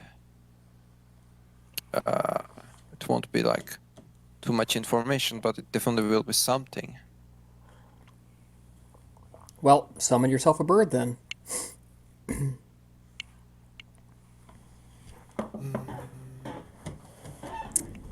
Okay. Animalism. Do you want me to roll 7 dice? I have no shit. Yes, you do. You should have the ability to roll that. Okay, let me open the website one more time.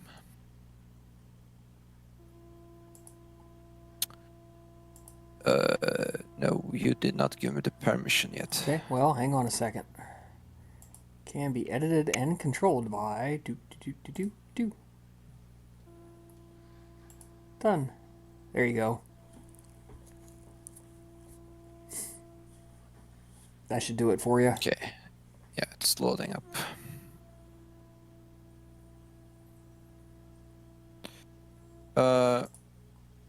Yes, okay. Let's go.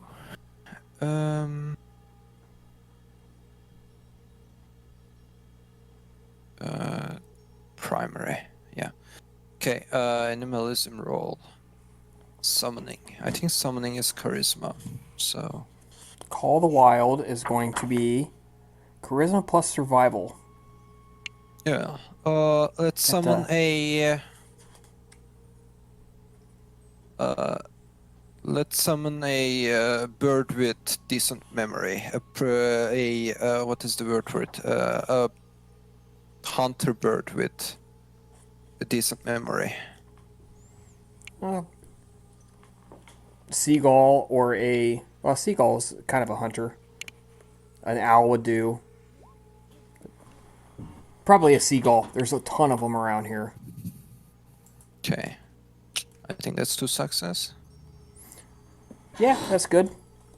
All right, you summon a bird. It flies down and it cocks its head at you and it's like squawks at you like, what? I give it a treat, and then I just say, hey, I want you to do something for me, and if you do it, I will give you more treat once you come back.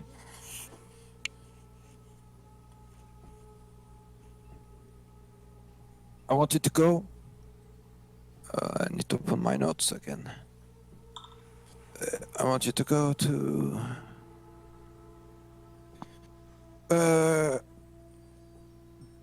between Austria and Rome, there is this area, and I described the area. I want you to go there and see what you see, and come back and tell me. Then I give you 2 more treats, and I send it off, I guess. Okay. It flies off. Okay. Right. Let's now wait in some secluded location, obfuscated, to not get attention. It comes back about 4 hours later. Okay. Yeah, the river's still there. Where's my treat? Food, mine. Where is it? Okay, I give him one of the treats, and I say, any danger? Not for me.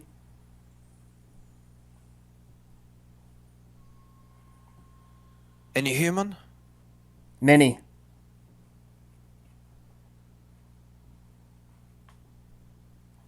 Okay, I give him the second treat.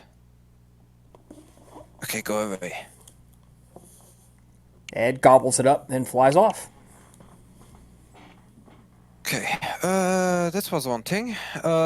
Second thing, probably going to try to contact with someone who would know things about that area. Maybe offer a favor in exchange of getting some information. Okay, sure. Let's, what do you want contacts or allies or what do you got? Oh, this is Decius, sorry. I have, yeah, I have contacts. I guess I'm gonna use my contacts to learn about the raiders in that area. Maybe rumors people heard, or maybe locations. I'm not sure, like a general idea, some kind of information. I don't want to go there blindly. I want to at least get some information. So yeah, I'm gonna hit up with my contacts. All right, you're going to roll wits and investigation and your contacts rating. Okay, I can do that. Investigation context. Yeah. Turns out Nosferatu are good at this. Hopefully. Let's not jinx me.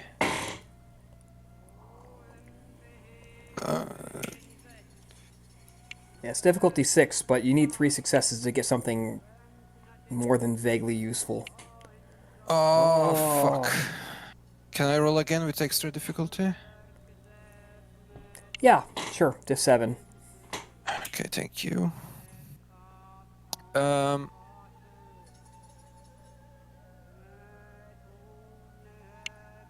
Fuck it. I'm gonna spend 1 willpower if it's okay. Sure. Absolutely.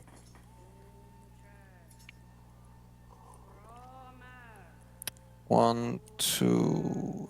Jesus Christ. All right, so Yeah, 2 you spend success. a couple of nights. Takes a while, all right? Yeah.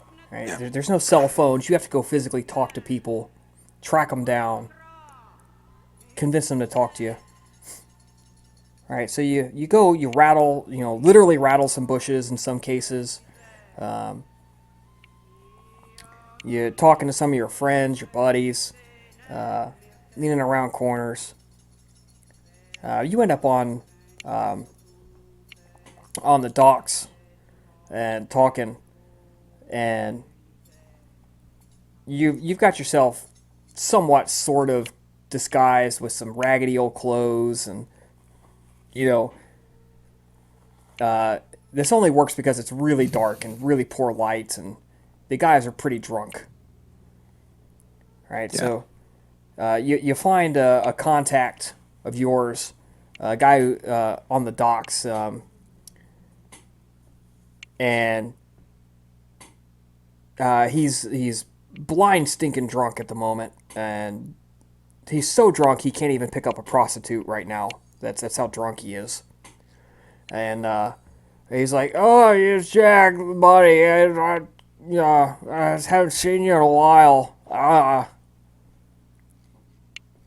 He slurs out a greeting. Yeah, I agree with him. Yeah, you seem to be having fun. Hey, I need to ask some questions to you. Do you got some time? If as long as my wine is cup runneth over, I could share with friends. Good. Listen, there's a place between Austria and Rome, and I give further details. He's I like, heard that there's no place like that. That's it's a walking path. If oh God, look, they come up from Ostia. They hitch the carts, or they hitch these little vessels, and he kind of points at these tiny little ships.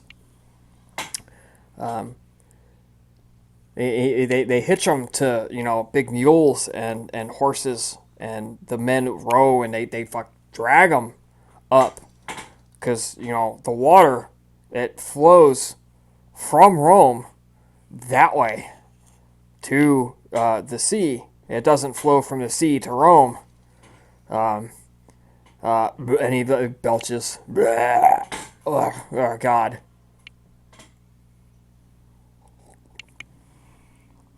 Okay.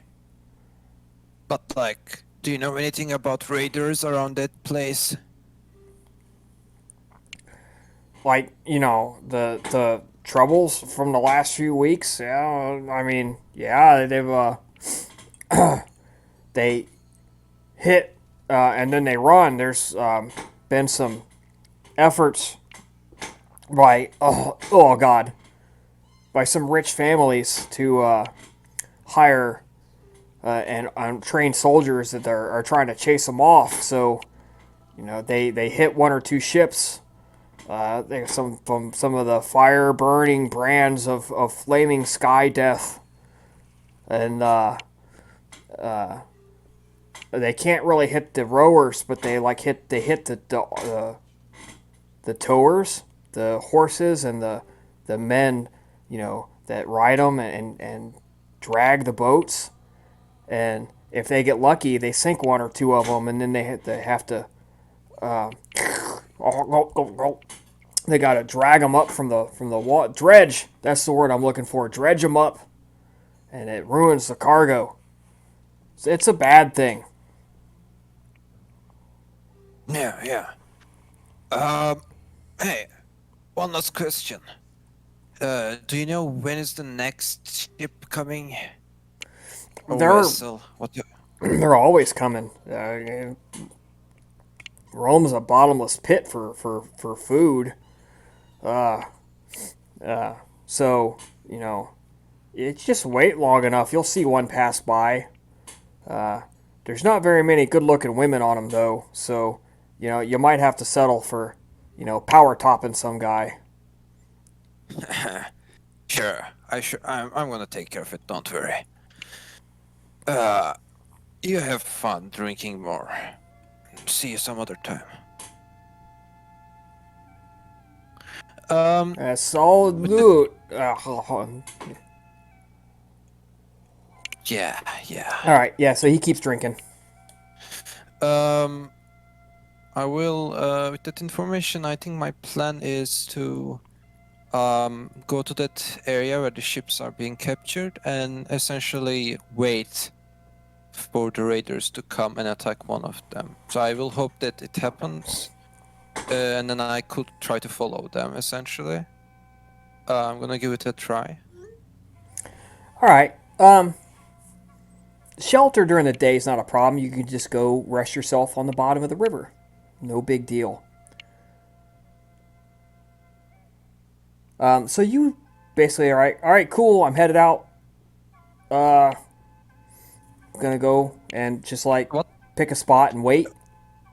Yeah, well, yeah, but like, I don't know my character to 100%. It's not even my character. So what does my character think? What does Shag think also? Like, I guess his perspective is not same as me because he's looking at from the in character perspective, while I'm more general. Okay. So yeah. I would offer this advice. He is a neonate Nosferatu by himself, with no horse, no way to outrun any enemies, and they've. He knows now that they are using fire arrows. What about that screams safe to you? True. No, it does not scream safe to me at all. What did Decius ask him to do? I think it was investigate, right? Do I remember correct? Track down money. Track down money. Okay. Yeah, that's true. Track down money. Raiders are raiding, well, and they are probably getting support. I assume they are getting support from someone or some place. That's what I assume. Exactly. They need resources, right? So who's backing them up? That's a question I should ask. Who's backing them up? Right, exactly. Yep. And how do I get answer to that question? I guess I could. Well, we know the raiders are doing their things around that area, which means whatever resources they are taking, they should come, or they should go towards that location as well. So from Rome, possibly, some caravans or whatever, or vessels should go towards that direction, which might be the resource they are getting. But I'm not sure if that's really a good way to track the money flow.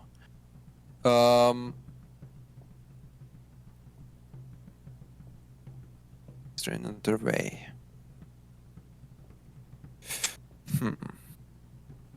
Just gonna think about that for a second.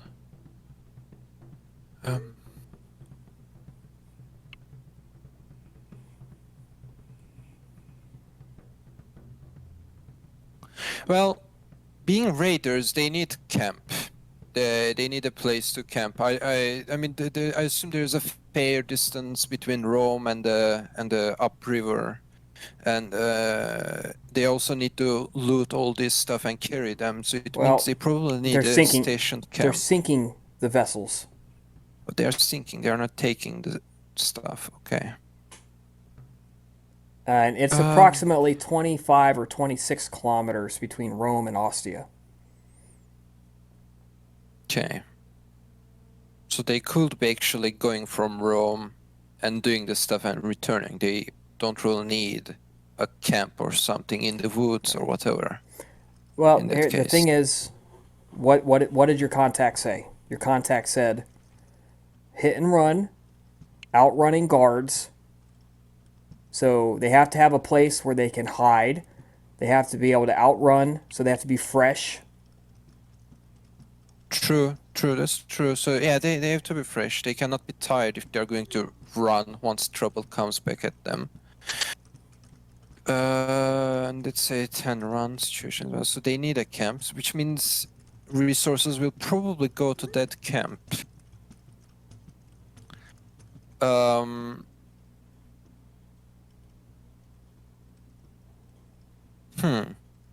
Do I know caravans that leave Rome and go towards that direction of the river? Like, because assuming the camp is near the river, where the raids are happening, then the resources they are provided probably should go to that direction as well.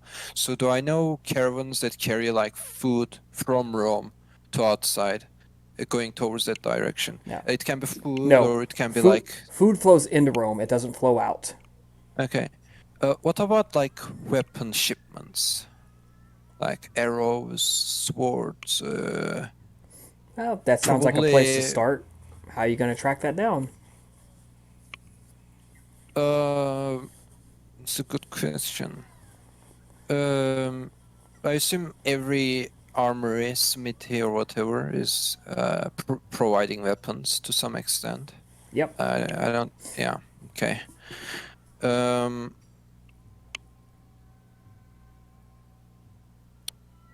Well, they probably need large amounts of those weapons, so probably the smithy or armory will ask questions why he needs to provide so many weapons, which means they probably need a smithy that would be okay with this kind of thing.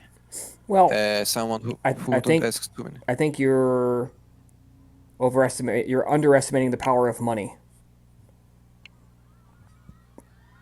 I don't need to know why I'm making you a ton of arrows. I just need to know that you're paying me to make you a ton of arrows.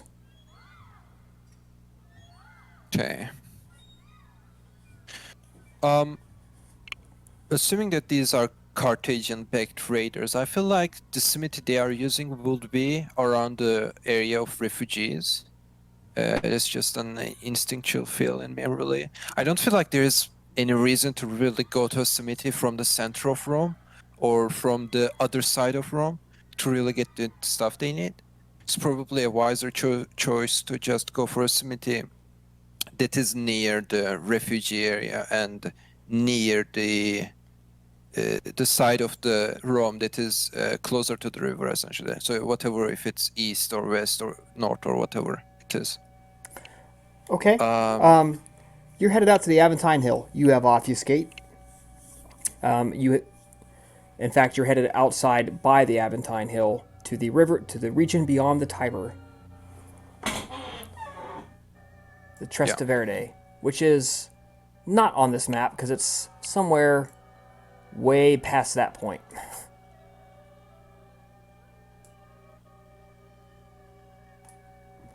Way past this point. Way to the left of this picture. Way off to the left. Okay. So I'm somewhere out there. Yes. Okay. You have passed the barricades. The people do not see you or challenge you. You go over the bridges. Make your way through the muddy, nasty streets, past the Jewish ghetto, past their synagogue, deeper into the huts and the homes stacked on top of each other across riverbanks. You have been out here many times. This is practically, you prefer to be out here rather than within the actual city walls of Rome. Mm-hmm. More comfortable. So once I'm in this area of refugees and where I think the Carthaginian Beckers are located somewhere inside here, hidden, I will probably go to the... How many smithies are there in this area? Is it like 1, 2, or many? You're gonna roll wits and legerdemain. I can do that.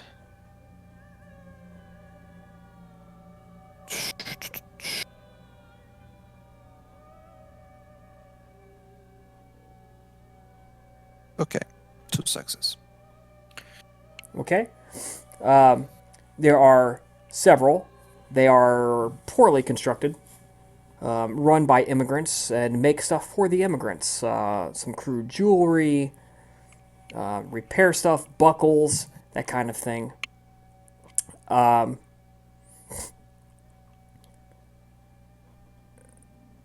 There is one that seems to be doing okay for itself, slightly better than its competitors. Okay, that's a sign. That's a sign. If the smithy is required to produce weapons constantly, that means money must be coming to him constantly.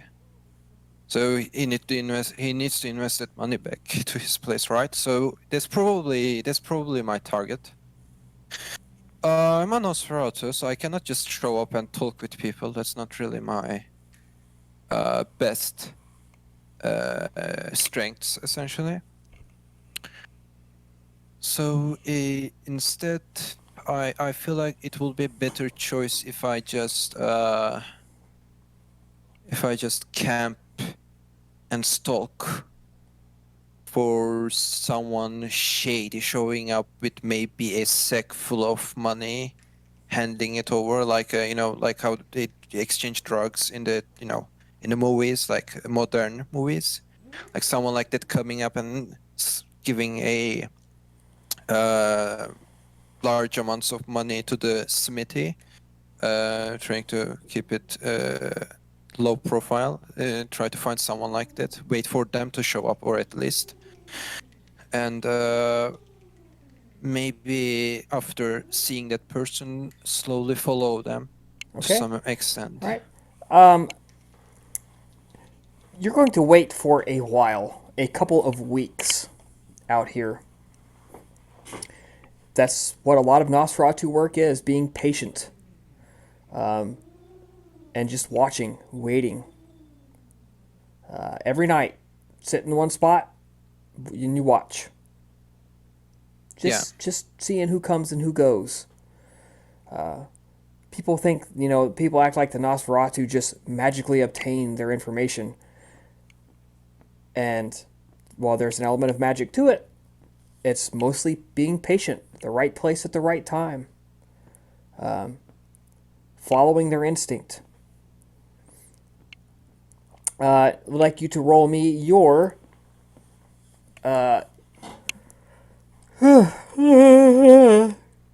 sorry, Dex and Stealth, please. Okay, this is gonna be interesting. I don't have a lot of dice with that. Let's go. Do you want me to lower the difficulty because of obfuscate? Nope. Or This is to penetrate your Okay. obfuscate.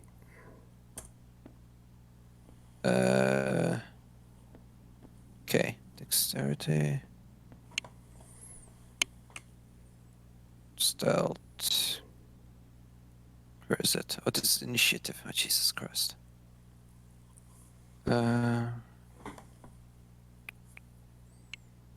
Stealth. Here.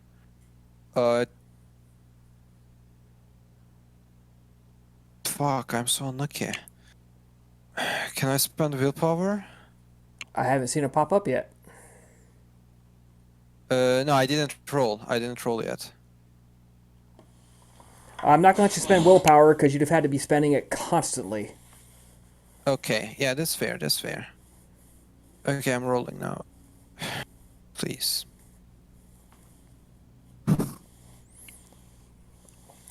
Right. That Eventually, wouldn't be your enough. patience is rewarded.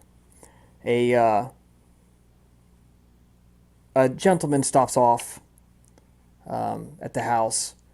He's a little more wary. His eyes look around.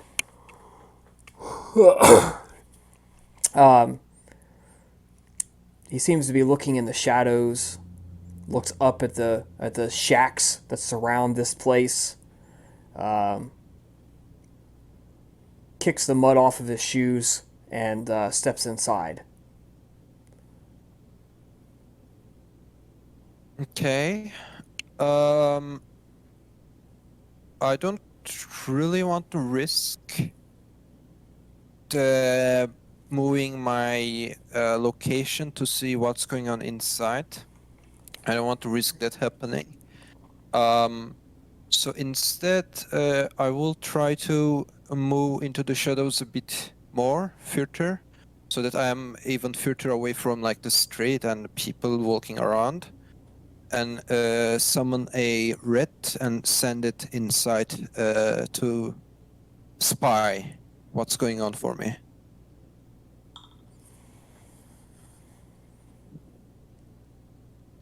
Okay. I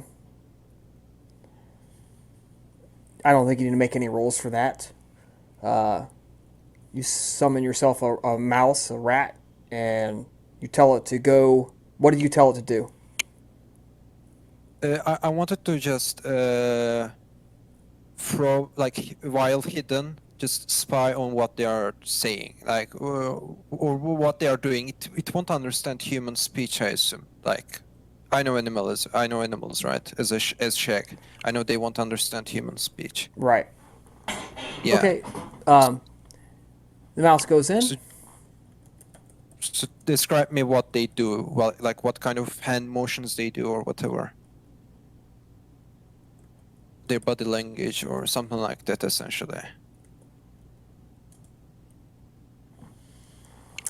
All right. The mouse goes in, and it doesn't come out. You wait another minute or two. About 15, maybe 20 minutes pass, and the out of place, slightly well dressed man emerges, straightens his cloak out, shuts the door. You hear a wood piece chunk into place as the guy kind of barricades the door, and the man begins to walk back off into the night. The rat never appeared, never came back. Okay. Okay, that's fine. Here's what I'm thinking. I'm considering to stalk him as obfuscated while obfuscated. But I don't want to stalk him like fully. Right? I will stop stalking him at some point. I don't want to commit too hard into stalking him because I feel like I might get myself trapped if I do that. So I will stalk him for some time. And I will trust in my instincts if I feel like something is going wrong, if I'm like being actually over-maneuvered, I will get the fuck out, essentially. Yes. I'd like you to roll your wits and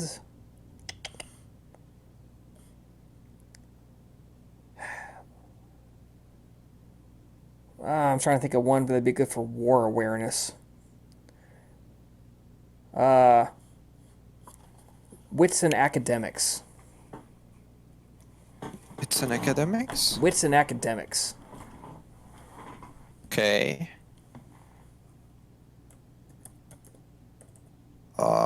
It's going I have against no his academics.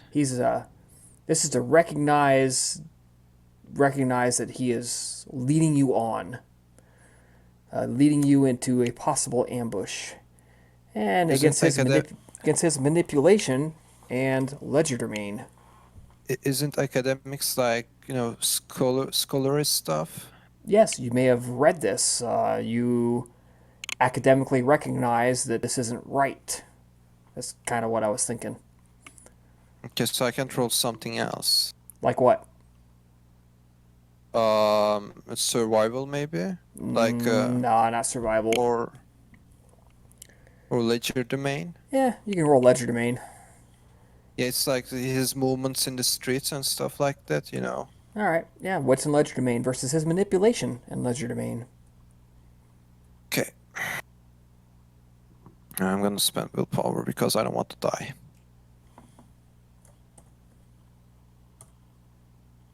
Dice. And ledger domain.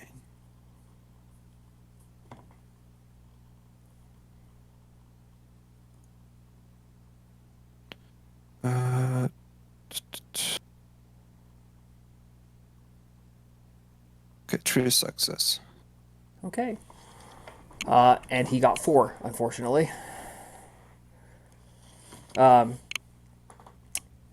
He leads you south, east, south, west, north, through denser and denser areas.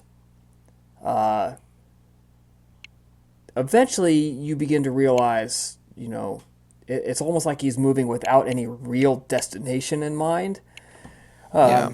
And then you get to a point where he has led you. There's all the tents, all the shacks, all kind of face inwards, and there's no. He has led you to a clearing, a small clearing, maybe 4 or 5 meters in diameter. So not terribly huge, but big enough for 2 people to confront each other.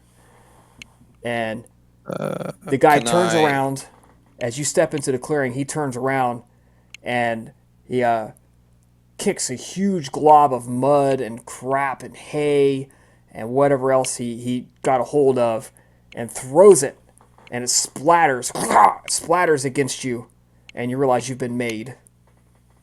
Okay. I assume that as while stalking him, I would have a fair amount of distance between him and me.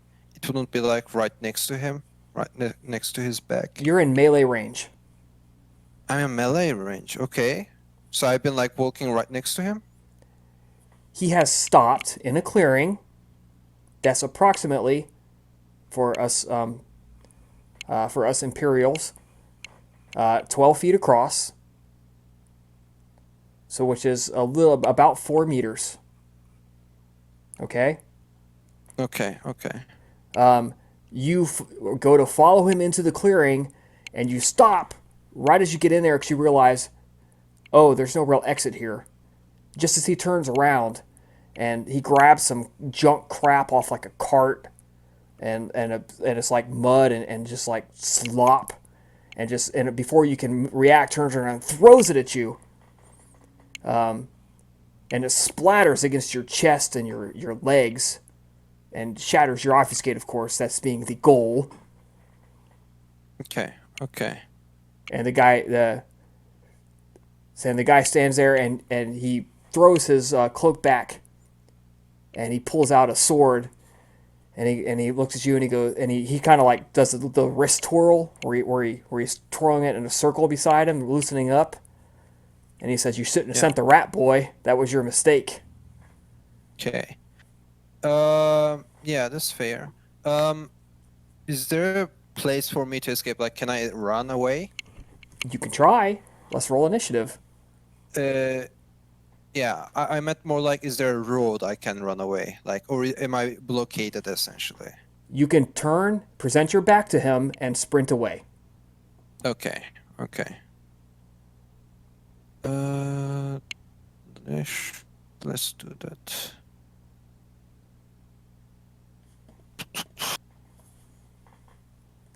Alternatively, you can literally attempt to crash through the flimsy shacks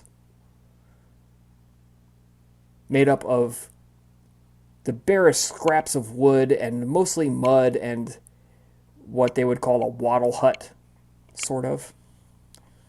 So, what I need your But- initiative first. Yeah, I'm gonna roll it now.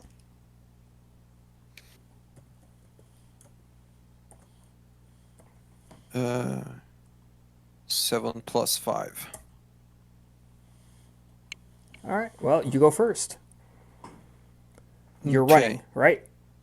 Yeah, I will run. I mean, Okay, he that's knew your I action. was Run. obfuscated.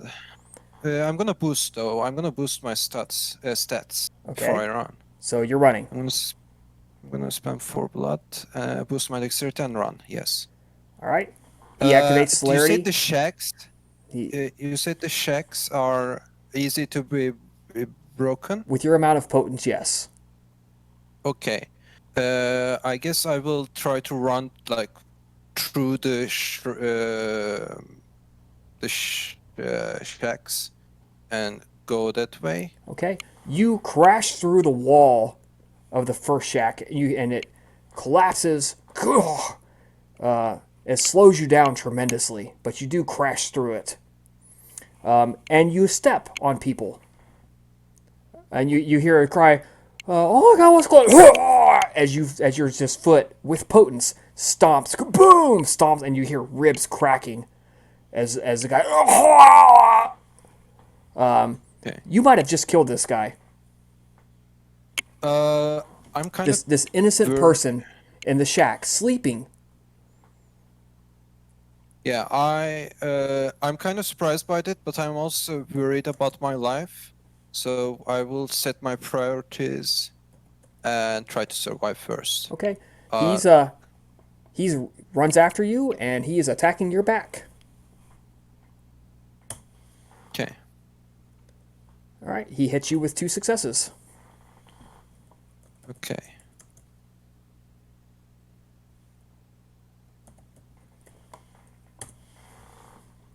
All right, soak 3 lethal, please. Yes. So you smash through one of the huts, and with preternatural speed, he blurs across the short clearing through the hole that you made, right up behind you, slashes and slams his blade through your back. You feel it penetrate, comes out your stomach. Roll your courage, please. Okay. At difficulty 4. You've never been hurt like this, at least not since your embrace. Okay. You have now entered fear frenzy. Okay. Your beast, before the man knows what hits him, the beast in his fear frenzy just turns and backhands this guy, boosts blood into strength and automatic for potence, and just slams this giant meaty forearm across this guy's chest. And it catches him right across the chest and blows him backwards. He goes flying through the air hard. He does unfortunately get another strike in against you. Okay. How much blood do you want me to spend for that? Maximum generational blood. Okay.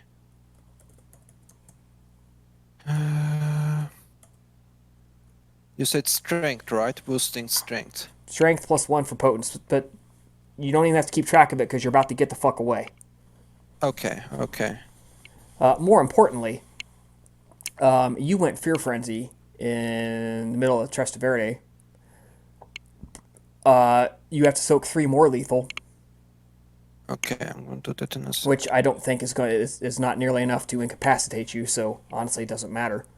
Yeah. Just for the telling of the tale, how hurt did you get? So I would like you to okay, so roll you your. want me to... Yeah, I would like you to roll your soak, just so we can see how hurt did you get. Okay, okay. Oh, not bad. Good soak roll this time. It just Okay. shaves a few hairs off your arm, but your arm came so quick and so hard, he didn't get a good swing in, and it just took a couple of hairs off as you backhanded him across the forearm and the face, or with your forearm across his face and chest, and sends him ass over a tea kettle, rolling through the dirt 2 or 3 times. And he goes sprawling out like, oh, all the wind knocked out of him. The sword kind of like, jingles across just out of his grasp. So it takes him a second to get up and grab it. And by the time he gets up and grabs it, you're gone. You finish crashing. You have left an obvious trail behind you, mind you. But by the time he manages to get up and orient himself, you have gotten to a clear space away from his grasp, away from his sight, and the beast in its frenzy obfuscates as soon as it realizes it's clear to do so, and retreats to a safe hiding place. Okay. You scared me there. I think that is going to do it for tonight. Okay. Shag, unfortunately, has now come to realize that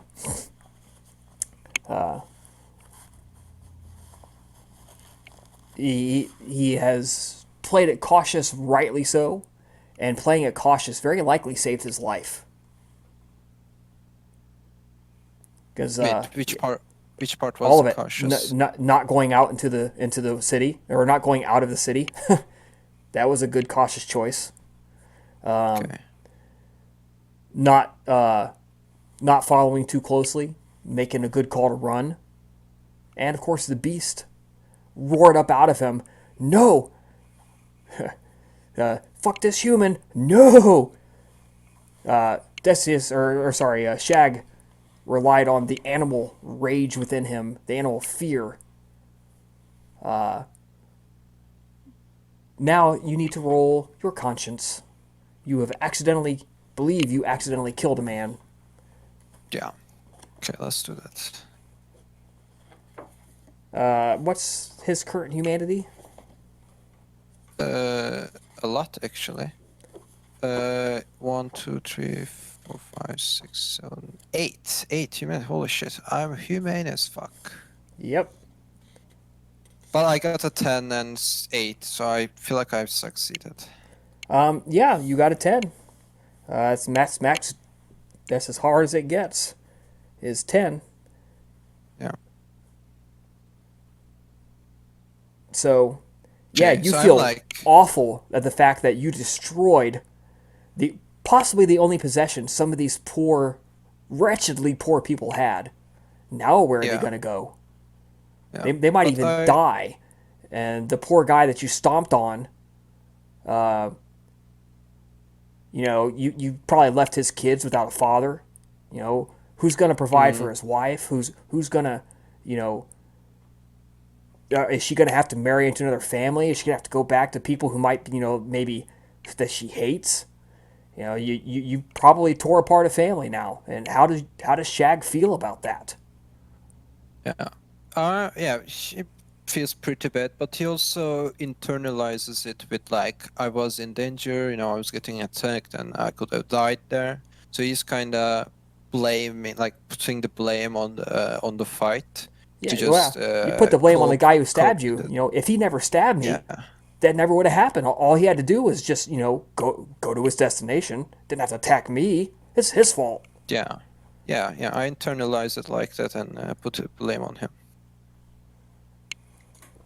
All right. Your 3 normal characters get a experience point for tonight. So put that on their sheets. So much? 1. You don't want to do the Gregorius thing? No, I think we're going to cut session a little bit short. I will save that one for later. And I won't even have to make it as a side character session. I just thought it would have been nice, but everybody got a chance to do some out of the box playing tonight, so Yeah. I appreciated it. It was quite difficult to play kids who don't know what the hell is going on and just like put on a false bravado face. That was Well, exhausting. That feeling you got is literally the same feeling I get when making indecisions in this game. All right. Unsure what to do. All right. Well, I'm going to shut the recording off, and you guys can ask me anything you want to ask. Okay, guys. Thank you for joining us for this short session. I hope that you guys enjoyed it. It was a little different than normal.